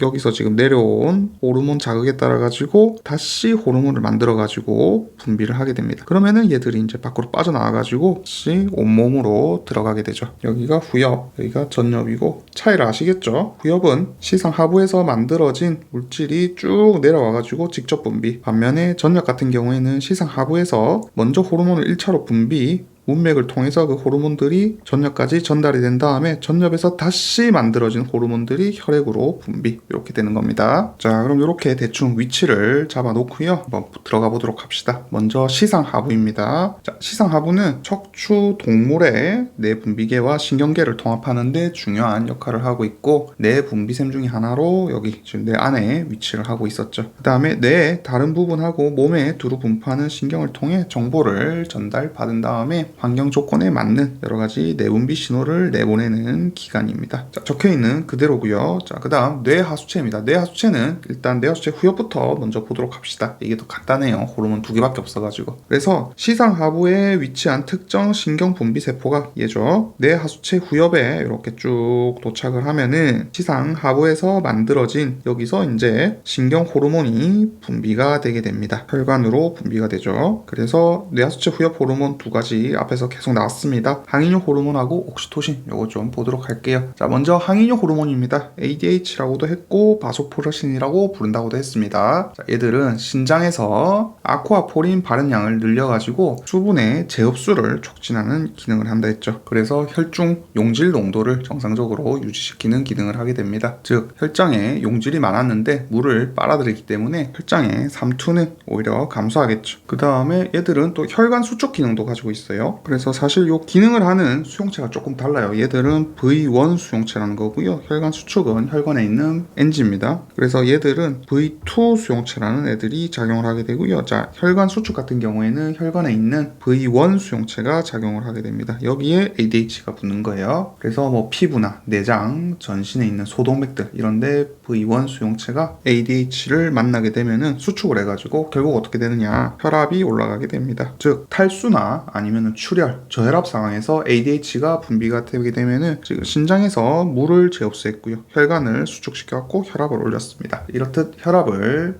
낮아진 혈압을 정상적으로 올리는데 ADH는 중요한 역할을 하고 있어요. 자, 그 다음에 이거 말고 이제 시험 나왔던 게 뭐였냐면은 사회적 행동 조절에 중요한 역할을 한다. 이런 게 나왔습니다. 그래서 이 ADH 항이뇨 호르몬 같은 경우에는 캠벨에 어떤 내용이 나오냐면은 수컷 들쥐가 암컷하고 이제 교미를 하고 난 다음에 자녀를 돌보는 역할, 요걸 함에 있어가지고 이 항이뇨 호르몬 수용체가 잘 발달된 애일수록 훨씬 더 암컷과 결속력이 더 좋았다. 이런 내용이 나와요. 그래서 항이뇨 호르몬은 사랑 호르몬 이렇게 부르기도 합니다. 자, 그 다음 옥시토신 봅시다. 옥시토신은 뭐 앞에서 계속 하고 왔죠. 그래가지고 얘들 같은 경우에는 앞에서 말했듯이 젖 분비를 촉진시키고요. 그 다음에 출산할 때 자궁 근육을 수축을 시켜가지고 아기가 더 잘 나올 수 있도록 도와줍니다. 그 다음에 뇌에서도 영향을 미치게 되는데, 뇌에서는 여성의 모성애라든지 아니면은 성적인 행동 이런 데 영향을 주는 것으로도 알려져 있습니다. 자, 그래서 뭐 뇌하수체 후엽은 그렇게 어렵지 않아요. 자, 이렇게 하고 이제 뇌하수체 전엽 한번 또 배워보도록 합시다. 네, 이번에는 뇌하수체 전엽 보도록 하겠습니다. 자, 뇌하수체 전엽은 위치가 시상, 그리고 그 아래에 시상 하부가 있었고요. 이 시상 하부 밑에 이제 뇌하수체 전엽과 후엽이 있다, 이렇게 말씀을 드렸죠. 자, 그래서 눈이 이쪽에 있을 때 이쪽이 전엽입니다. 앞쪽으로, 머리 기준으로 앞쪽이 전엽입니다. 자, 그래서 얘들은 시상 하부에 밑에 있기 때문에 시상 하부에서 분비된 호르몬에 반응을 해가지고 여기서 다시 호르몬을 합성하고 분비하는 기작을 가지고 있습니다. 따라서 최소한 하나의 어떤 방출 호르몬에 의해 가지고 영향을 받아서 조절이 되게 돼요. 자, 그래서 대표적으로 몇 가지 예만 조금 보도록 하겠습니다. 먼저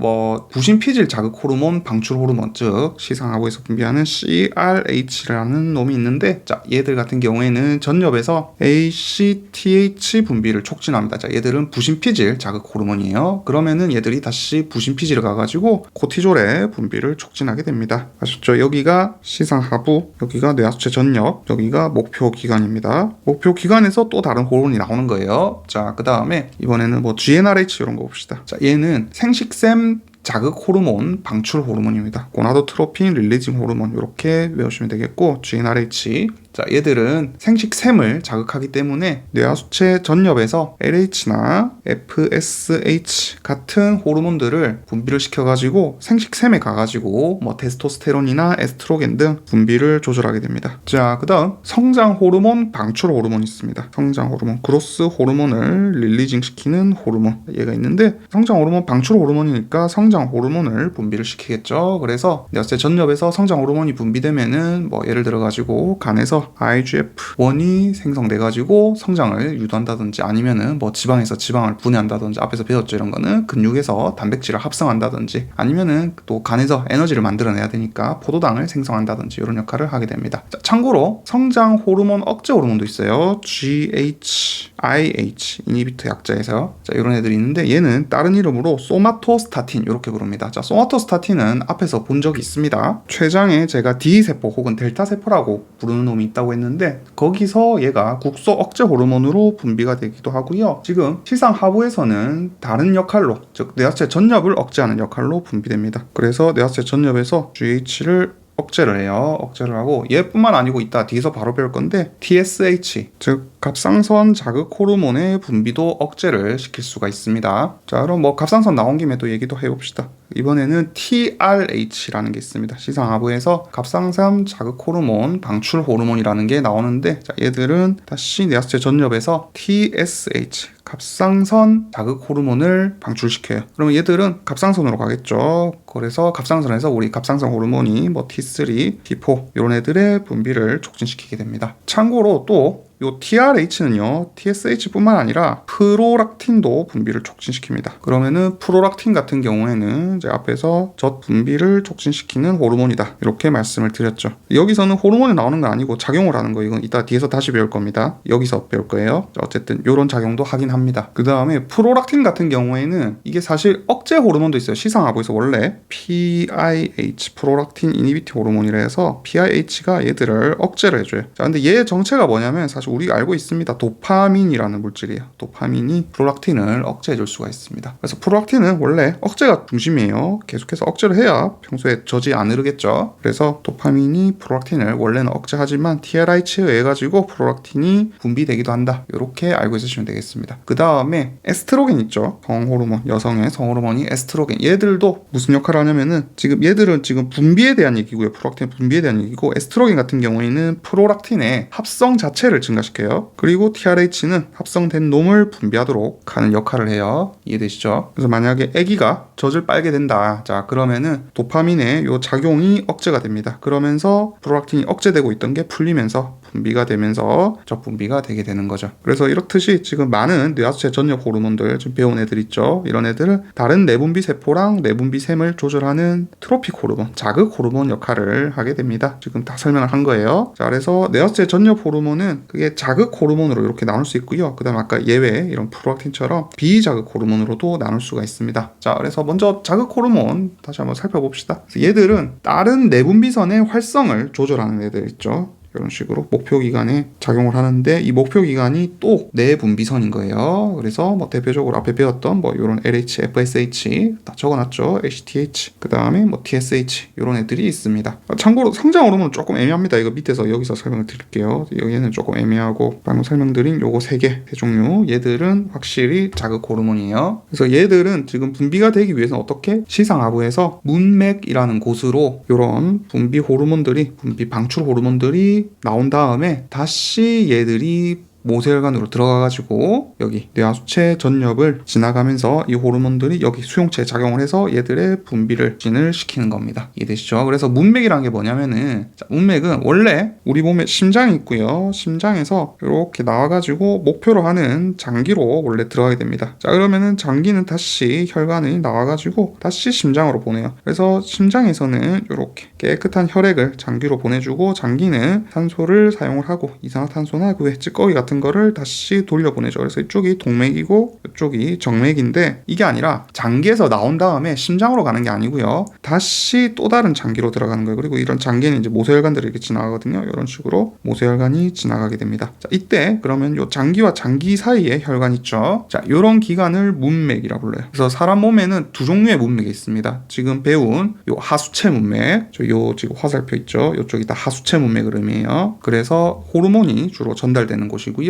이거 하고 이제 사실 간문맥이라는 게 하나 더 있습니다. 자, 간문맥은 뭐냐면은 소화기관에서, 그러니까 즉 소장 같은 데서 음식물을 이렇게 쭉 흡수를 하겠죠. 음식물이 이렇게 지나가면은 음식물들이 쭉 흡수가 될 텐데, 자, 그러면은 얘들이 어떻게 다시 혈관으로 음식물들이 들어간 다음에 얘들이 독성이 있을 수 있죠. 그러면은 바로 심장으로 가게 되면은 굉장히 위험할 겁니다. 온몸으로 바로 퍼지게 돼요. 이제 심장으로 가는 즉시. 그렇기 때문에 얘들을 심장으로 보내지 않고 사실 간으로 한번 보냅니다. 간은 우리 몸에서 시토크롬 P 이런 게 있어가지고 해독하는 기능이 있다고 앞에서 말씀을 드렸죠. 그래서 한번 해독을 한 다음에 다시 심장으로 보내고, 심장에서 온몸으로 다시 보내주는 거예요. 그러면은 지금 여기 우리 몸에 있는 소장과 간 사이 혈관이 지나가죠. 거기가 이제 간문맥이 되겠습니다. 그 다음에 문맥 같은 경우에 뭐 인간은 없는데요. 양서류나 파충류 같은 경우에는 신장에 문맥계가 있기도 합니다. 뭐 심한 내용이고요. 어쨌든 이런 식으로 방출 자극 호르몬, 즉 트로픽 호르몬들 같은 경우에는 다른 내분비선의 활성을 조절하게 됩니다. 자, 앞에서 다 설명드린 내용입니다. 자, 그 다음 비자극 호르몬입니다. 비자극 호르몬은 자, 크게 이렇게 세 개 외워주시면 되겠어요. 프롤락틴, 그 다음에 색소 자극 호르몬 MSH, 그 다음에 성장 호르몬 이렇게 있습니다. 자, 프롤락틴은 PRL 이렇게 쓰기도 합니다. 요 세 가지가 있습니다. 얘들은 뭐냐? 넌 트로픽 호르몬이죠. 그래서 이런 식으로 다른 목표 기관에서 또 다른 호르몬을 생성하는 게 아니고, 목표 기관에 이제 바로 작용을 해가지고 뭔가 반응을 이끌어내는 거예요. 자, 예를 들어가지고 아까 프롤락틴 있죠? 얘 같은 경우에는 포유류 암컷에서 젖을 생성하고 분비를 자극하는 역할을 했습니다. 즉 유선에 직접 작용을 해가지고 유즙을 만들어낼 수 있도록 도와줍니다. 그 다음에 프롤락틴이 여성의 젖만 만드는 건 아니에요. 남자 같은 경우에도 프롤락틴이 나오거든요. 그럼 얘들은 대신에 이제 남성은 정소가 있죠. 여기서 내분비 기능을 조절하게 됩니다. 제가 그래서 앞에서 호르몬 같은 경우에는 동물마다 같은 호르몬이라도 다른 기능을 할 수 있다, 이런 식으로 또 말씀을 드렸죠. 그렇기 때문에 여기 적혀있진 않은데, 예를 들어가지고 조류 같은 경우에는 프롤락틴이 어떤 지방 대사나 생식을 조절하기도 하고요. 그 다음에 양서류에서는 변태를 지연시키기도 합니다. 그 다음에 뭐 담수 어류, 민물에 사는 어류, 강, 뭐 하천, 하천, 뭐 호수, 연못 이런 거 말하는 거예요. 우리 뭐 잘 아는 뭐 잉어, 붕어, 메기 이런 민물고기들 그런 걸 말하는 거예요. 그래서 그런 애들 같은 경우에는 이제 몸에 더 소금이 많겠죠. 그래가지고 그런 염분하고 물 균형을 조절하는 작용을 프롤락틴이 해주게 됩니다. 그래서 같은 조상유래의 호르몬인데 프롤락틴이 진화를 하는 과정 중에 얘들이 작용하는 기능이 달라져 버리게 된 거죠. 자, 그다음 B 색소 자극 호르몬 봅시다. 자, MSH 멜라노사이트 스티뮬레이팅 호르몬 이렇게 부르고요. 그래서 색소 세포를 직접 조절하는 거예요. 얘들은. 그래서 써 있는 거 봅시다. 어류, 양서류, 파충류의 색소 이렇게 적혀 있는데 얘들의 색소를 즉각적으로 활성을 조절합니다. 그래갖고 우리 뭐 카멜레온 색깔 바뀌는 거 아시죠? 그 다음에 어류 같은 것도 물고기들도 주위 환경에 따라 가지고 막 색깔이 바뀌기도 합니다. 그렇듯이 즉각적인 세포의 어떤 활성을 조절해가지고 이런 배경이라든지 빛 아니면 자기가 그냥 스트레스 같은 걸 받았을 때 스트레스 자극이 왔을 때 색소 세포에 작용을 해가지고 멜라닌의 과립의 이동을 조절하는 거예요. 그래가지고 이 멜라닌들이 막 퍼지면은 색깔이 진해지고요. 얘들이 모이면은 한 곳에 모였기 때문에 나머지 부위는 옅어지게 보이게 되는 거죠. 이런 식으로 작용을 하게 됩니다. 자, 그 다음 포유류 봅시다. 포유류 같은 경우에는 좀 달라요. 얘들은 뇌 신경세포에 작용해가지고 배고픔 느끼는 것을 방해하는 식으로 작용을 합니다. 즉 시상하부에 멜라노코르틴 수용체라는 게 있는데 거기에 작용을 해가지고 식욕을 억제한다고 알려져 있어요. 그래서 음식을 잘 안 먹도록 도와주도록 하죠. 그 다음에 캠벨에 나오는 내용인데 뇌에 있는 요 MSH 수용체, 자, 얘가 활성화될 경우에는 악액질이라는 질병이 나타날 수 있습니다. 영어로 카케시아 이렇게 부르거든요. 자, 이게 뭐냐면은 근육이 막 수축하고 체중이 감소하고 그 다음에 아까 여기 작용하는 배고픔을 방해한다 했죠. 그래서 식욕이 감퇴하는 이런 증상들이 막 나타납니다. 그래서 마우스에다가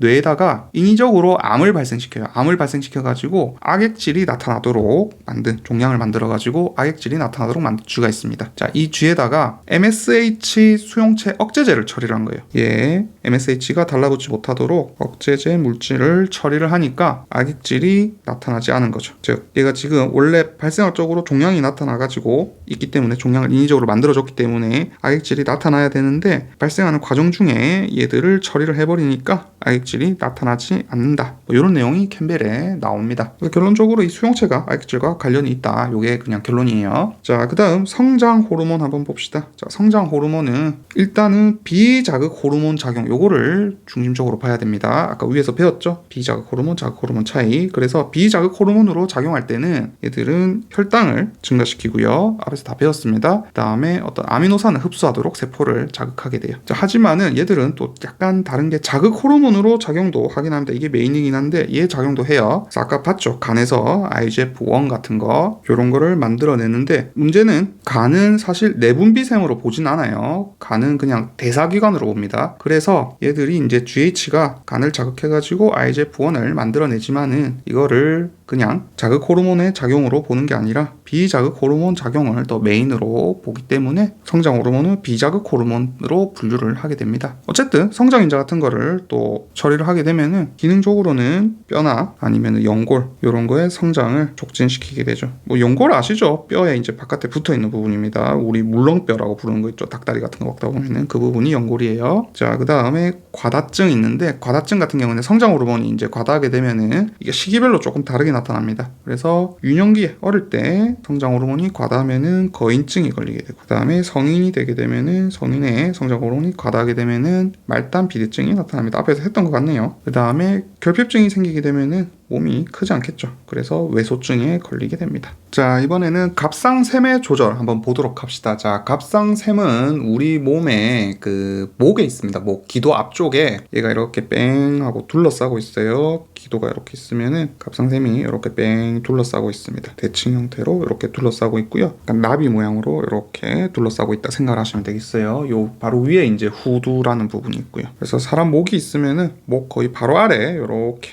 이쪽이 어깨겠죠. 이쪽에 갑상샘이 있다 이렇게 생각하시면 됩니다. 지금 앞에서 본 거고 뒤에서 보면은 이게 약간 이런 식으로 이렇게 내려오면서 완전히 둘러싼 게 아니고 뒤쪽은 살짝 이렇게 보입니다. 뒤가 보여요. 그리고 이렇게 점 같은 게 4개가 보여요. 얘들이 부갑상샘입니다. 앞에서 보이는 얘가 아니면 여기 나머지 부분 다 갑상샘이고요. 그래서 2개의 엽으로 되어 있어요. 자, 엽이라는 거는 뭐냐면은 그냥 이렇게 나뭇 이파리처럼 이렇게 팔랑팔랑하게 뭔가 접히는 구조로 되어 있는 걸 엽이라 그럽니다. 우리 폐에서도 엽 이렇게 부르고요. 갑상샘도 엽이다 이렇게 불러요. 그래서 얘들은 우리 몸에서 에너지랑 관련된 것들, 즉 뭐 정상 혈압을 유지한다든지 아니면 심장 박동을 조절한다든지 근육의 탄력을 유지한다든지 아니면은 뭐 소화랑 생식 조절 이런 것 기능들을 하고 있습니다. 그래서 갑상선에 종양이 생기면은 갑상선 기능이 증가하는 항진증이 생길 수가 있고요. 반면에 기능이 아예 사라지는 혹은 작아지는 기능 저하증이 생길 수가 있습니다. 그 다음에 갑상선에 이제 암이 생길 수 있죠. 암. 그래가지고 최근 들어가지고 갑자기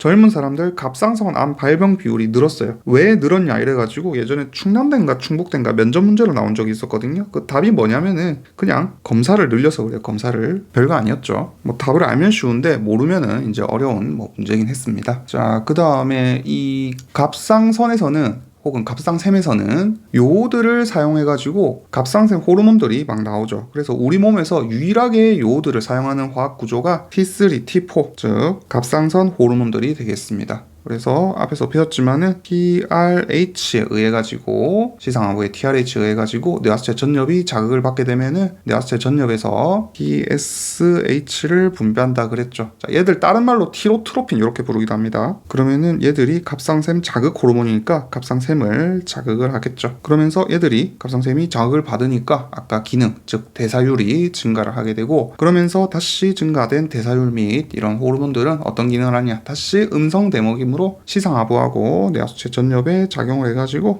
얘들의 분비를 다시 억제하는 음성 대목임을 보여주게 됩니다. 그래서 이런 갑상샘 호르몬 같은 경우에는 이제 티로신 유래예요. 티로신 유래로 트리요오드 티로닌이라고 하는 T3, 그다음에 티록신이라고 부르는 T4가 있습니다. 그래서 얘들은 티로신에 이제 요오드가 3개 4개 이렇게 각각 결합된 구조인데 얘는 2개 티로신에 한쪽엔 하나 한쪽엔 2개 얘는 각각 2개씩 달려있는 구조예요. 어쨌든 요오드가 달려있는 구조인데 이런 요오드 같은 경우에는 주로 해조류라든지 아니면 바다에서 채취한 소금 있죠. 그런데 많이 분포합니다. 그래서 한국 사람들은 요오드가 결핍될 일이 거의 없어요. 해조류를 엄청 많이 먹죠. 김도 많이 먹고. 자, 그런데 한국인 외에는 대부분 결핍증에 걸린다고 합니다. 대부분 결핍 상황이래요, 요오드가. 그래서 뇌하수체가 계속 이 TSH를 분비를 시켜가지고 여기를 계속 자극을 시키는 거죠. 그러면은 목이, 지금 얘가 목 부위에 있죠? 목이 붓는 갑상선 비대증을 유발할 수가 있다고 합니다. 그래서 어쨌든 요오드 개수에 따라 가지고 T3, T4 이렇게 부르는데 얘들 차이가 뭐냐면요. 일단 요오드 개수가 차이가 나고요. 근데 만들어질 때는 T3랑 T4가 동시에 그냥 갑상샘에서 만들어집니다. 만들어지는데 만들어지는 비율이 T4가 훨씬 많습니다. T4 양이 훨씬 많아요. 거의 9대1 가까이 T4가 많이 만들어지게 됩니다. 그리고 주로 먼저 생성되기도 하고요. 자, 하지만 T4의 활성은 훨씬 낮아요. 그렇기 때문에 말초 조직으로 T4가 혈관을 따라가지고 이동을 하겠죠. 이동을 하면은 그 말초 조직에서 T4가 다시 요오드 하나 떼면 T3가 되겠죠. T3로 전환되게 됩니다. 그래서 실제로 작용은 더 작은 T3가 말초에서 작용을 한다. 이렇게 좀 외우고 있으시면 좋을 것 같아요. 그래서 작용을 할 때 얘들은 수용체가 핵 안에 있습니다. 핵 수용체라 했어요. 앞에서 몇 번 말씀드렸습니다. 스테로이드 호르몬 같은 경우에는 세포질에 수용체가 존재해가지고 붙어가지고 핵으로 이동하지만은 이 T3 같은 경우에는 그냥 핵에 원래 존재하고 있던 수용체에 결합을 해요. 그래서 핵 수용체인 거 좀 외워주시면 좋을 것 같습니다.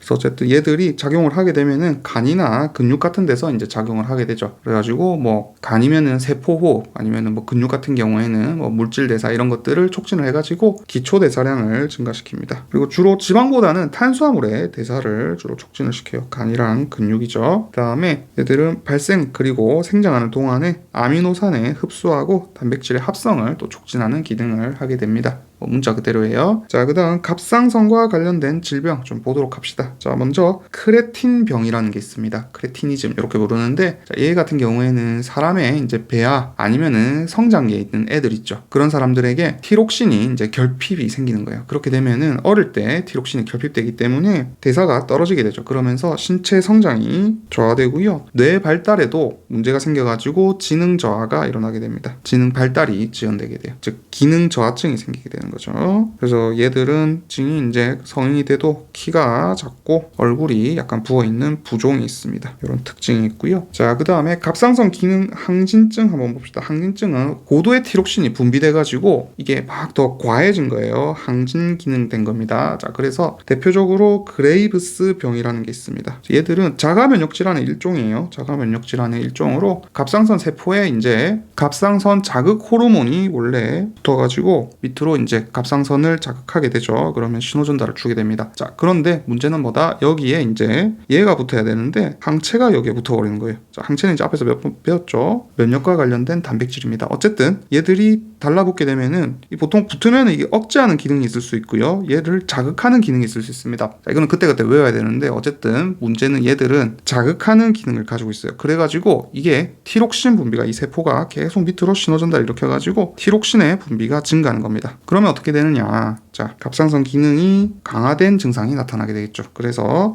대사가 막 빨라지니까 체중이 오히려 떨어지게 되고요. 열이 많으니까 신경도 막 예민해지게 됩니다. 그 다음에 특징적인 게 이제 안구 돌출 현상이 나타나게 돼요. 근데 이 안구 돌출 현상 같은 경우에는 얘 때문은 아니고요. 정확히 말하면은 요 항체 때문입니다. 항체가 이 안구의 안화 조직들의 자가 면역 질환, 즉 염증 반응을 다시 일으키게 되는 겁니다. 그러면은 이 안구에 있던 섬유 아세포가 자극을 받아가지고 면역 세포들이 막 뭉쳐가지고 침륜되게 돼요. 그러면서 거기서 막 사이토카인 같은 게 막 증가하게 되고 염증이 막 생기면서 점액성 물질들, 게그라고 하는 점액성 물질들이 축적이 되기 시작합니다. 이거 앞에서 잠깐 배웠었죠. 글리코사미노글리칸 얘들이 축적이 되게 돼요. 그러면 얘들이 OH기가 많기 때문에 물을 막 끌어당기면서 부종이 생기고요. 그 다음에 거기 조직이 막 팽창하게 됩니다. 그러면서 그 눈 쪽 공간이 막 제한되게 되면서 눈이 앞으로 밀려나오게 되는 거예요. 그래서 결과적으로 안구가 돌출하는 현상이 보이게 됩니다. 몰라도 돼요. 그냥 결과만 외우면 됩니다. 자, 이번에는 갑상선 기능 저하증 봅시다. 방금 크레틴병도 저하증의 일종이고요. 그 다음에 이제 유명한 게 하시모토 갑상선염 이런 게 있어요. 그래서 얘들은 자가 면역 질환으로 아까는 지금 항체가 계속 자극을 받은 거고요. 얘들은 반대로 갑상선이 파괴되는 겁니다. 그러니까 기능이 떨어지게 되는 거죠. 그래서 저농도의 티록신이 문제가 되는 경우 이거 말고도 이제 요오드 섭취가 결핍되면은 아까 쉽게 저하증이 일어날 수 있다 이렇게 말씀을 드렸죠. 그래서 증상 같은 경우에는 이번에는 오히려 신경 과민이 아니라 엄청 더 무기력해집니다. 그리고 막 살이 찌고 오히려 대사가 떨어지니까 추위에 민감해서 막 어우 추워 이렇게 말을 하게 되죠. 자, 이게 이제 갑상샘의 기능이었고요. 이번에는 뒤에 이제 요 부갑상샘 한번 보도록 합시다. 부갑상샘 호르몬 같은 경우에는 혈중 칼슘 농도 조절이랑 굉장히 관련이 깊습니다. 그래서 부갑상샘은 아까도 말했지만은 이 갑상선 표면에 뒤쪽으로 보면은 4개의 뒤로 이렇게 봤을 때 4개의 섬 모양으로 이렇게 구조물이 보이고요. 자, 그래서 먼저 파라토르몬 같은 경우에는 뼈를 팔아 이렇게 보시면 됩니다. 뼈를 파기 때문에 뼈를 파면은 뼈에 칼슘을 끄집어내겠죠. 혈액으로 끄집어내가지고 혈중 칼슘 농도를 올릴 수가 있습니다. 따라서 혈중 칼슘 농도가 낮을 때 파라토르몬이 작용을 해요. 자, 정상 농도 앞에서 알려드렸죠. 10mg/dl입니다. 이것보다 낮아지면은 파라토르몬이 작용해가지고 뼈에서 칼슘을 파내기 시작합니다. 자, 그럼 어떻게 파느냐? 자, 뼈에는 용골세포라는 놈들이 붙어 있어요. 다른 말로 파골세포 이렇게 부르기도 합니다. 같은 말이에요. 그래서 얘들이 뼈에 이렇게 붙어 있어가지고 이렇게 진짜로 붙어 있어요. 붙어 있어가지고 이쪽으로 막 염산을 분비해요. HCl을 분비해가지고 뼈를 녹여냅니다. 그러면서 칼슘을 막 녹여가지고 바깥으로 끄집어내요. 자, 이런 기능을 합니다. 그 다음에 또 다른 기능으로 이제 신장, 우리 콩팥에서 칼슘이 소변으로 빠져나가는 걸 막아요. 그래가지고 칼슘을 다시 재흡수를 합니다. 그 다음에 비타민 D를 활성을 시킵니다. 자, 비타민 D는 무슨 기능을 하냐면은 우리 몸에서 신장에서 있을 때 이제 칼슘의 흡수를 도와주는 역할을 해요. 자, 근데 얘들은 피부에서 비타민 D3가 합성이 가능합니다. 그러면은 얘들이 어디로 가냐면은 간으로 가가지고 간에서 이제 25번 자리에 하이드록시가 붙은 비타민 D로 전환이 되고요. 그 다음에 다시 신장으로 가가지고 신장에서 1번과 25번의 OH 하이드록시가 붙은 활성형 비타민 D로 전환되게 됩니다. 자, 요거는 나중에 소화 단원에서 조금 더 자세히 알려드릴게요. 중요한 건 지금 파라토르몬의 기능을 기능을 지금 배우고 있으니까, 자, 이 파라토르몬 같은 경우에는 이쪽에 이제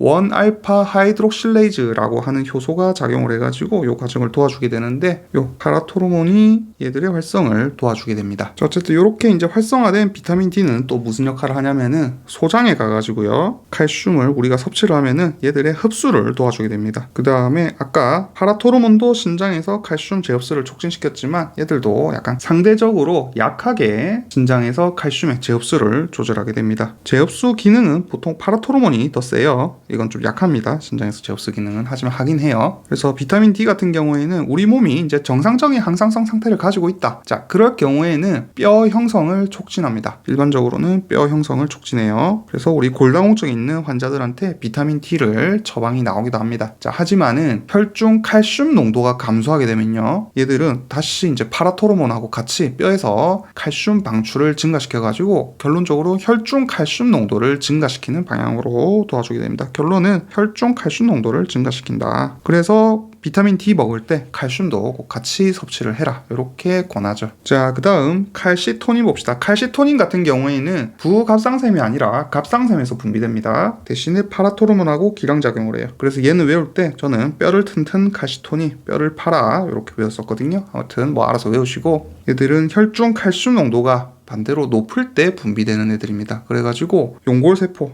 기억나시죠? 파골세포, 얘들의 활성은 오히려 감소를 시키고 뼈를 만드는 조골세포 활성은 증가를 시키게 됩니다. 그러면 어떻게 되느냐, 뼈에서 칼슘이 빠져나가는 거는 막을 거고요, 반대로 혈중 칼슘을 이용해가지고 뼈를 만들게 되니까 혈중 칼슘 농도는 감소하게 되겠죠. 자, 그래서 용골세포는 뼈를 분해가지고 칼슘을 생산한다. 조골세포는 혈중 칼슘을 뼈로 침착시킨다. 이렇게 알고 있으시면 되겠습니다. 이거 설명드린 거고요. 자, 그 다음 임신 중인 여성의 뼈 손실을 막는다 되어 있습니다. 지금 엔터를 제가 너무 이렇게 막 띄워놨는데 얘도 지금 칼시토닌 역할이에요. 그래서 왜 그러냐면은 태아가 뱃속에서, 엄마 뱃속에서 골격을 형성할 때 칼슘을 막 많이 필요로 하죠. 자, 그런데 보통은 음식에서 막 흡수가 됩니다. 자, 근데 지금 임신이 좋겠지만 임신보다 사실 더 큰 문제는 수유예요. 수유. 젖을 먹일 때 오히려 칼슘 손실이 커가지고 엄마 골 밀도가 감소하기 때문에 이때 칼슘 비타민 D를 잘 섭취해야 돼요. 그래서 이 칼시토닌 같은 경우에는, 자, 뼈가 크는 상황 있죠. 조골세포가 활성돼야 되는 상황. 언제겠어요? 자, 어린 시절이죠. 어린 시절에 대량의 뼈를 막 생장을 해야 되니까 많이 분비가 됩니다. 자, 그리고 칼시토닌은 뭐 당연한 얘기지만 어류나 설치류에도 존재를 해요. 그래서 얘들은 서열은 다르지만 전체 구조는 혹은 그리고 기능은 되게 유사합니다. 그래서 결합력이나 효과 차이는 있는데 서로 사람하고도 수용체의 결합이 가능해요. 이런 거를 교차작용이라 합니다. 자, 그리고 심지어 연어가 만드는 칼시토닌 있죠. 어류 중에서 연어의 칼시토닌 같은 경우에는 사람한테 훨씬 더, 사람의 칼시토닌보다 훨씬 더 강하게 작용해요. 자, 이번에는 부신 호르몬 한번 보도록 합시다. 부신은 제가 아까 앞에서 신장 위에 존재한다, 이렇게 말씀을 드렸죠. 이렇게 삼각형 모양으로 생겼고 바깥쪽을 피질 혹은 겉질, 안쪽을 수질 혹은 속질, 이렇게 표현합니다. 그래서 이거 사실 시험에 좀 잘 나오는 건데 이게 발생 쪽이라 뭐 말을 하기가 조금 애매하긴 한데 그냥 미리 알려드릴게요. 자, 부신 피질 같은 경우에는 중배엽 유래고요. 그냥 보고만 갑시다. 일단 이게 뭔지 지금 모를 수 있어요. 그냥 일단 외워놓으세요. 그 다음에 수질 같은 경우에는 신경능선이라 해가지고 신경외배엽 계열 유래입니다. 얘들이 어디 유래인지 그 시험에 되게 잘 나와요. 그 다음에 또 잘 나오는 게 뇌하수체도 사실 좀 잘 나오거든요. 하는 김에 그냥 같이 할게요. 자, 우리 아까 뇌하수체 전엽하고 후엽이 있었죠. 쪽이 전엽, 쪽이 후엽입니다. 자, 그랬을 때 전엽 같은 경우에는 외배엽 유래고요. 후엽 같은 경우에는 신경외배엽 유래입니다. 그 기원이 달라요. 일단 외워놓고 고만 있으세요. 자, 그래서 먼저 이 수질부터 좀 배워보도록 합시다. 부신 수질 호르몬. 그래서 주로 카테콜아민이라고 하는 애들이 부신 수질에서 분비가 됩니다. 그래서 이런 카테콜아민 계열 호르몬은, 부신 수질 호르몬은, 자, 에피네프린, 그 다음에 노르에피네프린, 앞으로 EP, N이 이렇게 쓸 거예요. 요 두 종류가 있습니다. 그래서 얘들은 메틸기 차이예요. 그냥 메틸기, 여기 있는 이 N메틸기가 있냐 없냐 차이입니다. 있으면은 에피네프린, 없으면 노르에피네프린이고요. 그 다음에 요 카테코라민은 티로신 유도체에 돼 있죠. 지금 티로신 보이시나요? 여기 티로신 OH, 그 다음에 여기에 원래 여기에 이제 이쪽으로 NH가 있고 이쪽으로 COH가 있어야 되죠. 옆에 그려놨네요. 자, 요겁니다. 여기 이제 티로신 구조인데 여기에 이제 하이드록시 달려 있고요. 그 다음에 요 아미노 그룹에 다시 메틸기가 달린 얘가 에피네프린의 구조입니다. 얘가 없으면은 노르 에피네프린이에요. 자, 그 다음에 얘들을 왜 카테콜 아민이라 부르냐면은 요 구조 있죠. 지금 벤진에다가 OH가 여기 기준으로 해가지고 올소 메타 파라죠. 그래가지고 메타하고 파라 구조에 다이 하이드록시 그룹이 이렇게 달려 있고요. 요거를 카테콜린이라 그래요. 카테콜린에다가 메틸기나 에틸기 하나, 둘 혹은 하나 달려 있고 아미노 그룹까지 달려 있는 구조. 그거를 카테콜 아민 구조라 합니다. 거기에 이제 부가적으로 뭐 이런 식으로 하이드록실 그룹이 있을 수 있고 뭐 메틸 그룹이 있을 수 있고. 자, 그리고 여기는 탄소가 지금 하나, 두 개 있는데 이게 하나만 있어도 돼요. 그러니까 이런 식으로 OH가 있을 때 이쪽에 이렇게 있은 다음에 이쪽에 NH가 달려 있어도 즉 하나만 탄소가 있어도 얘들도 카테콜 아민으로 분류합니다. 다만 탄소가 3개가 넘어가면은 카테콜 아민이라 부르진 않아요. 그래서 2개까지만 카테콜 아민이라 부릅니다. 뭐 중요한 내용은 아닌데 이게 가끔씩 왜 하나인데 얘도 카테콜 아민이에요 라고 물어보시는 분들이 있어서 그냥 미리 말씀드리는 겁니다. 그래서 이런 부신 수질 호르몬 같은 경우에는 자, 안쪽으로 이렇게 신경이 연결돼 있어요. 그래가지고 교감 신경에 조절을 받아가지고 안에서 에피네프린과 노르에피네프린을 뿜뿜 하게 됩니다. 자, 혈관으로 한쪽을 지나는 혈관으로 뿜어내게 돼요. 그러면 얘들이 이제 혈관을 타고 여기저기 온몸으로 가겠죠. 그러면서 세포에 이 에피네프린이나 노르에피네프린 같은 경우에는 수용체가 여러 종류가 있습니다. 나중에 다 외워야 되는데 엄청 많아요. 그리고 거기 각각 작용하는 약들도 외워야 됩니다, 사실. 그런데 이제 기본이니까 간단하게만 하고 갈게요. 그래서 수용체가 이제 알파 1,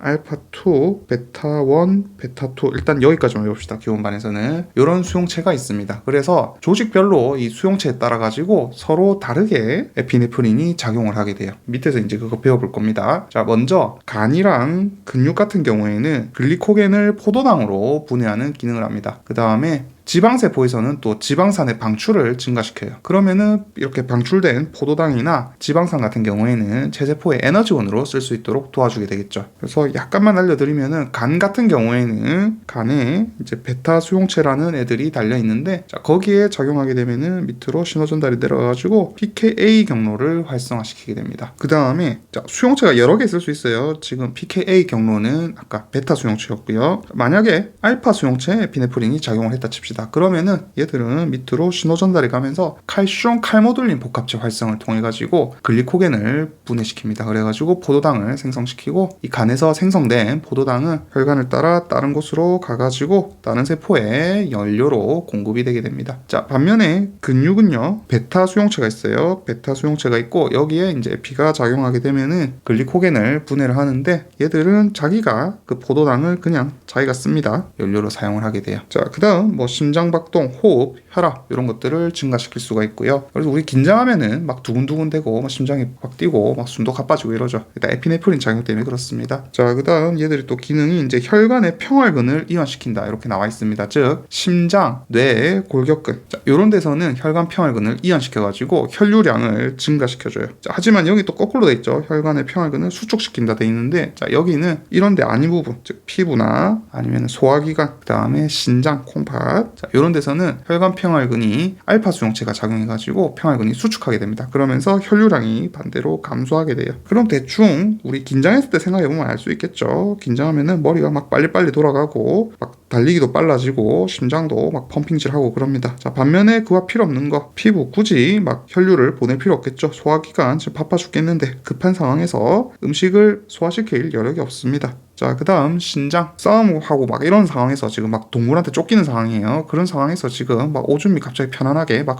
이렇게 나오지 않겠죠. 자, 그렇기 때문에 신장으로 가는 평활근도 수축해가지고 혈류량이 감소하게 됩니다. 뭐 그 다음 수용체 같은 경우는 아까 앞에서 말한 거예요. 자, 이런 애들이 있습니다. 알파나 뭐 베타 수용체 이런 애들이 있습니다. 그래서 알파 아드레날린성 혹은 베타 아드레날린성 이렇게 부르기도 해요. 참고로 에피네프린을 아드레날린이라고 부르기도 합니다. 같은 말이에요. 자, 이번에는 부신의 다음에 바깥 껍질 이렇게 있을 때 이 부분에서 만드는 호르몬들에 대해서 알아봅시다. 자, 여기서는 크게 세 종류가 나와요. 지금 보이듯이 코르티졸, 당질 코르티코이드, 알도스테론, 무기질 코르티코이드, 그리고 성스테로이드, 성호르몬, 대표적으로 뭐 안드로겐 이런 것들이 있겠죠. 그리고 이 피질도 사실 바깥에서부터 또 세 층으로 나뉩니다. 자, 맨 바깥이 사구대라고 부르는 부분이 있고요. 그 안쪽으로 속상대라고 부르는 부분이 있습니다. 자, 그 안쪽으로 이제 망상대가 있어요. 그래서 사구대는 영어로 그로메룰로사 이렇게 부르고요. M입니다. M. 자, 그 다음에 속상대 같은 경우에는 파시큘라타 이렇게 부릅니다. 마지막으로 망상대는 레티큘라실리스 이렇게 불러요. 그래서 앞글자 따가지고 그냥 GFR 이렇게 외우시면 되겠습니다.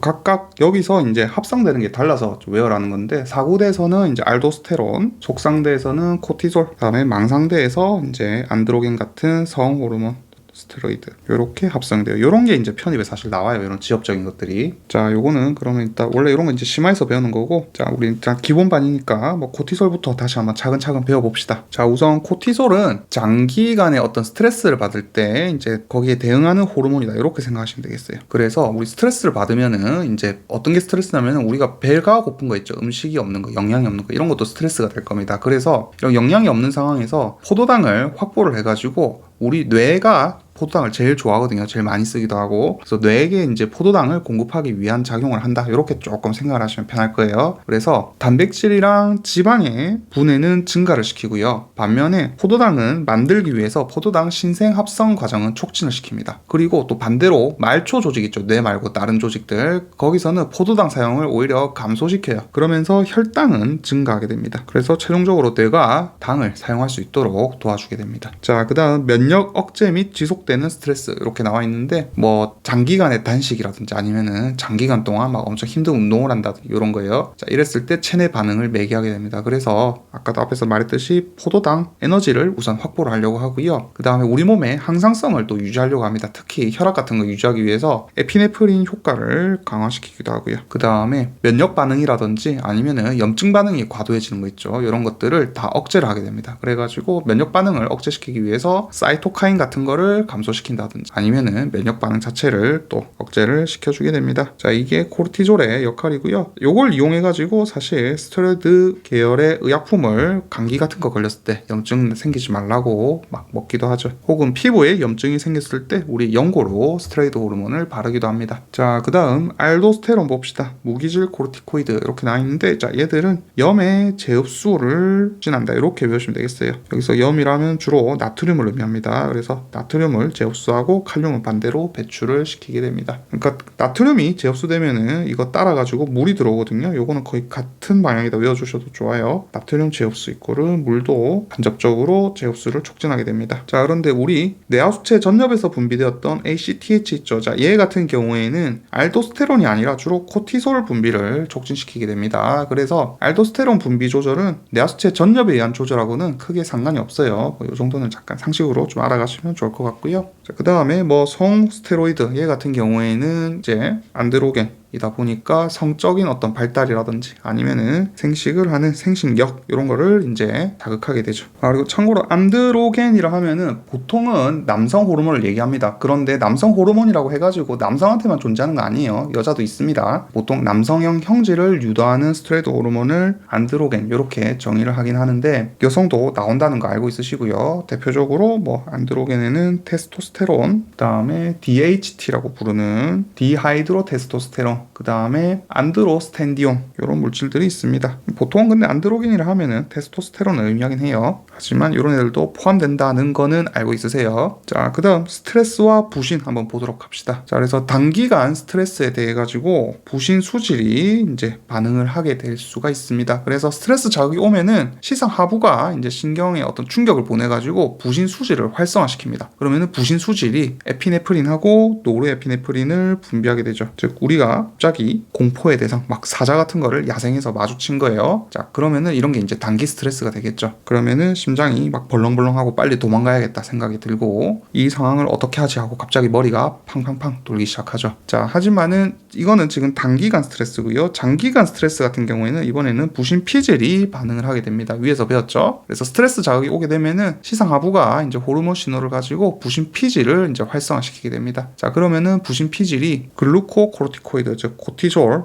얘들을 분비를 시켜가지고 아까 말씀드렸던 이런 반응들을 이끌어내게 되죠. 그래서 스트레스에 대한 부신 호르몬의 영향표로 한번 정리해 봅시다. 자, 에피네프린과 노르에피네프린의 효과입니다. 자, 얘들은 글리코겐은 포도당으로 분해를 시키고요. 그래서 혈당을 올리는 역할을 합니다. 자, 그러면 혈압은 올라가죠. 심장이 두근댄다 했습니다. 자, 그 다음에 숨도 가빠집니다. 호흡률도 증가할 거고요. 대사도 증가하게 됩니다. 당연히 혈류의 흐름도 빨라지게 될 거고요. 심장이 쿵쾅쿵쾅 뛰니까. 그 다음에 혈류의 흐름을 이제 변화할 수 있도록 각성도가 증가되게 될 겁니다. 반면에 소화 활동과 신장의 활동은 감소한다. 이렇게 말씀을 드렸죠. 자, 그 다음 무코코, 무기질 코르티코이드 효과 한번 봅시다. 얘들은 알도스테론이기 때문에 신장에서 나트륨이랑 물의 재흡수를 촉진시킨다. 이렇게 했고요. 따라서 물이 우리 몸으로 다시 빨려 들어오게 되니까 혈액량이 증가할 거고 혈압도 증가하게 될 겁니다. 자, 이번에는 글루코코르티코이드 봅시다. 얘들 같은 경우에는 아까 단백질과 지방을 분해시켜가지고 포도당 신생 과정을 활성시킨다 했죠. 그래가지고 혈중 포도당 농도는 증가시킵니다. 포도당 신생 합성 과정은 증가시키게 돼요. 자, 그러면서 이제 혈중 포도당, 즉 혈당이 증가하게 됩니다. 자, 그리고 또 하나의 기능, 면역 억제 기능이 있다 했죠. 그래서 염증도 억제하고 면역 기능도 억제한다. 이렇게 설명을 드렸습니다. 자, 이번에 호르몬 마지막 페이지입니다. 생식소 성호르몬하고 멜라토닌 두 개 남았네요. 자, 먼저 생식소 성호르몬부터 보겠습니다. 종류는 남자 같은 경우에는 이제 정소에서 만들어지고요. 아까 앞에서 배웠지만은 안드로겐도 여기서 만들어집니다. 그래서 얘들 종류는 아까도 말했지만 뭐 테스토스테론, 그 다음에 그 외 DHT 아니면 안드로스텐디온 이런 애들이 있다 했고요. 자, 그 다음에 여성은 난소에서 만들어지죠. 난소에서 에스트로겐하고 프로게스테론이라고 하는 호르몬이 만들어집니다. 자, 그럼 이런 성호르몬들은 어떤 작용을 하느냐? 먼저 태아 시기에 성을 결정하게 되고요. 그래서 생식소의 모양을 만들게 됩니다. 그리고 출산을 하고 나면은 이제 생식 기간을 성숙시키고 2차 성징을 유발하게 되죠. 그래가지고 뭐 남자 같은 경우에는 근육이나 체모를 뭐 늘릴 수도 있고요. 여성은 가슴 같은 걸 커지게 만들 수도 있습니다. 자, 그 다음 사춘기의 성 스테로이드 합성 나오네요. 먼저 뇌하수체 전엽에서 분비되는 FSH와 LH에 의해서 조절된다. 이렇게 나와 있고 뭐 여성의 경우에는 FSH랑 LH 양이 증가합니다. 그러면은 여성의 형질이 발달하게 될 거고요. 방금 말씀드린 거 있죠. 자, 그 다음에 남성의 경우에는 LH 양이 증가합니다. 이거 참고로 LH가 루테나이징 호르몬 이래가지고 황체 형성 호르몬의 약자거든요. 그러니까 황체가 여자만 있다 보니까 LH는 여자만 분비된다. 이렇게 오개념 가지신 분들이 있던데 이거 아니에요. 남자도 나옵니다. 당연히. 주 역할이 이제 황체 형성을 하는 거를 발견해가지고 그렇게 이름을 지은 거지 남성도 나와요. 어쨌든 얘들이 증가하게 되면은 안드로겐이 증가하고요. 그 다음에 그러면은 남성 형질이 발달하게 될 겁니다. 아까 말씀드린 거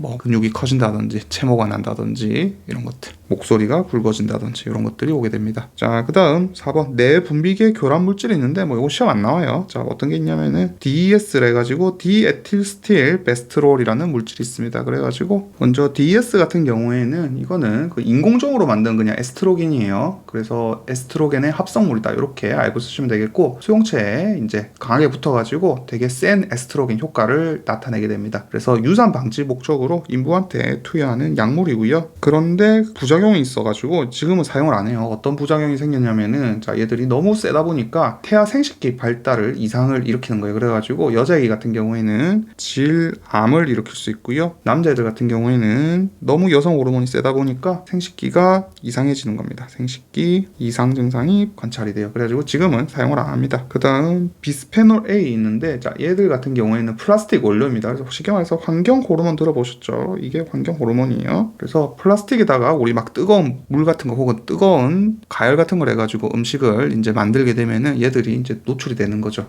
그러면서 얘들이 내 분비계를 교란시킬 수가 있습니다. 그래서 뭐 남자가 가슴이 나온다든지 뭐 아니면은 여성의 생리 주기가 이상해진다든지 이런 효과를 나타낼 수가 있죠. 뭐 근데 이거는 편입에 나올 만한 내용은 아니에요. 이거 말고도 낼 게 많아서. 자, 그 다음에 마지막으로 이제 멜라토닌 봅시다. 자, 멜라토닌 우리 요새 약으로 많이 쓰죠. 그래서 얘들은 통과샘이라는 곳에서 분비가 됩니다. 앞에서 잠깐 그려뒀죠. 그리고 얘들은 이제 대뇌가 있고, 대뇌는 우방구, 자방구 이렇게 있는데 요 사이에 이제 작은 자루로 이제 연결돼가지고 통과샘이라는 부위가 있습니다. 식상하부 뒤쪽으로 해가지고 조그맣게 있어요. 그래갖고 모양이 솔방울 닮아가지고 다른 말로 솔방울샘 이렇게 부르기도 합니다. 그래서 얘들은 밤에 이제 트립토판 유도체인 멜라토닌이라는 물질을 분비하는 곳이에요. 그래가지고 이걸 통해 가지고 생체 리듬을 이제 조절하게 되는데, 자, 조금 정확하게 보면은 이제 교차상핵이라는 곳이 있습니다. 영어로 SCN 이렇게 쓰는 교차상핵이라는 부위가 있습니다. 그래서 여기가 사실 우리 몸의 생체 시계 역할을 담당하고 있어요. 이건 나중에 이제 심화나 전공해서 자세히 알려드릴게요. 그래서 얘들은 시상 하부 쪽에 이제 위치를 하고 있는데, 얘들이 통과샘에 작용을 해가지고 멜라토닌 분비를 조절하도록 만들어줍니다. 그래서 이걸 통해 가지고 이제 생물학적인 리듬, 다른 말로 이제 광주기성 이렇게 표현하는데 그거를 조절을 하게 돼요. 그래서 멜라토닌 농도가 늘어나면은 아, 밤이구나 하면서 이제 잠이 오게 되는 거죠. 반면에 부족하면 불면증이 오는 거고요. 그래서 얘들 전구체가 트립토판이기 때문에, 트립토판은 우유에 많이 있거든요. 그래서 따뜻한 우유 먹으면 잠이 온다는 게 이런 얘기입니다. 그래서 호르몬은 여기까지 하도록 할게요. 다들 듣느라고 고생 많으셨습니다.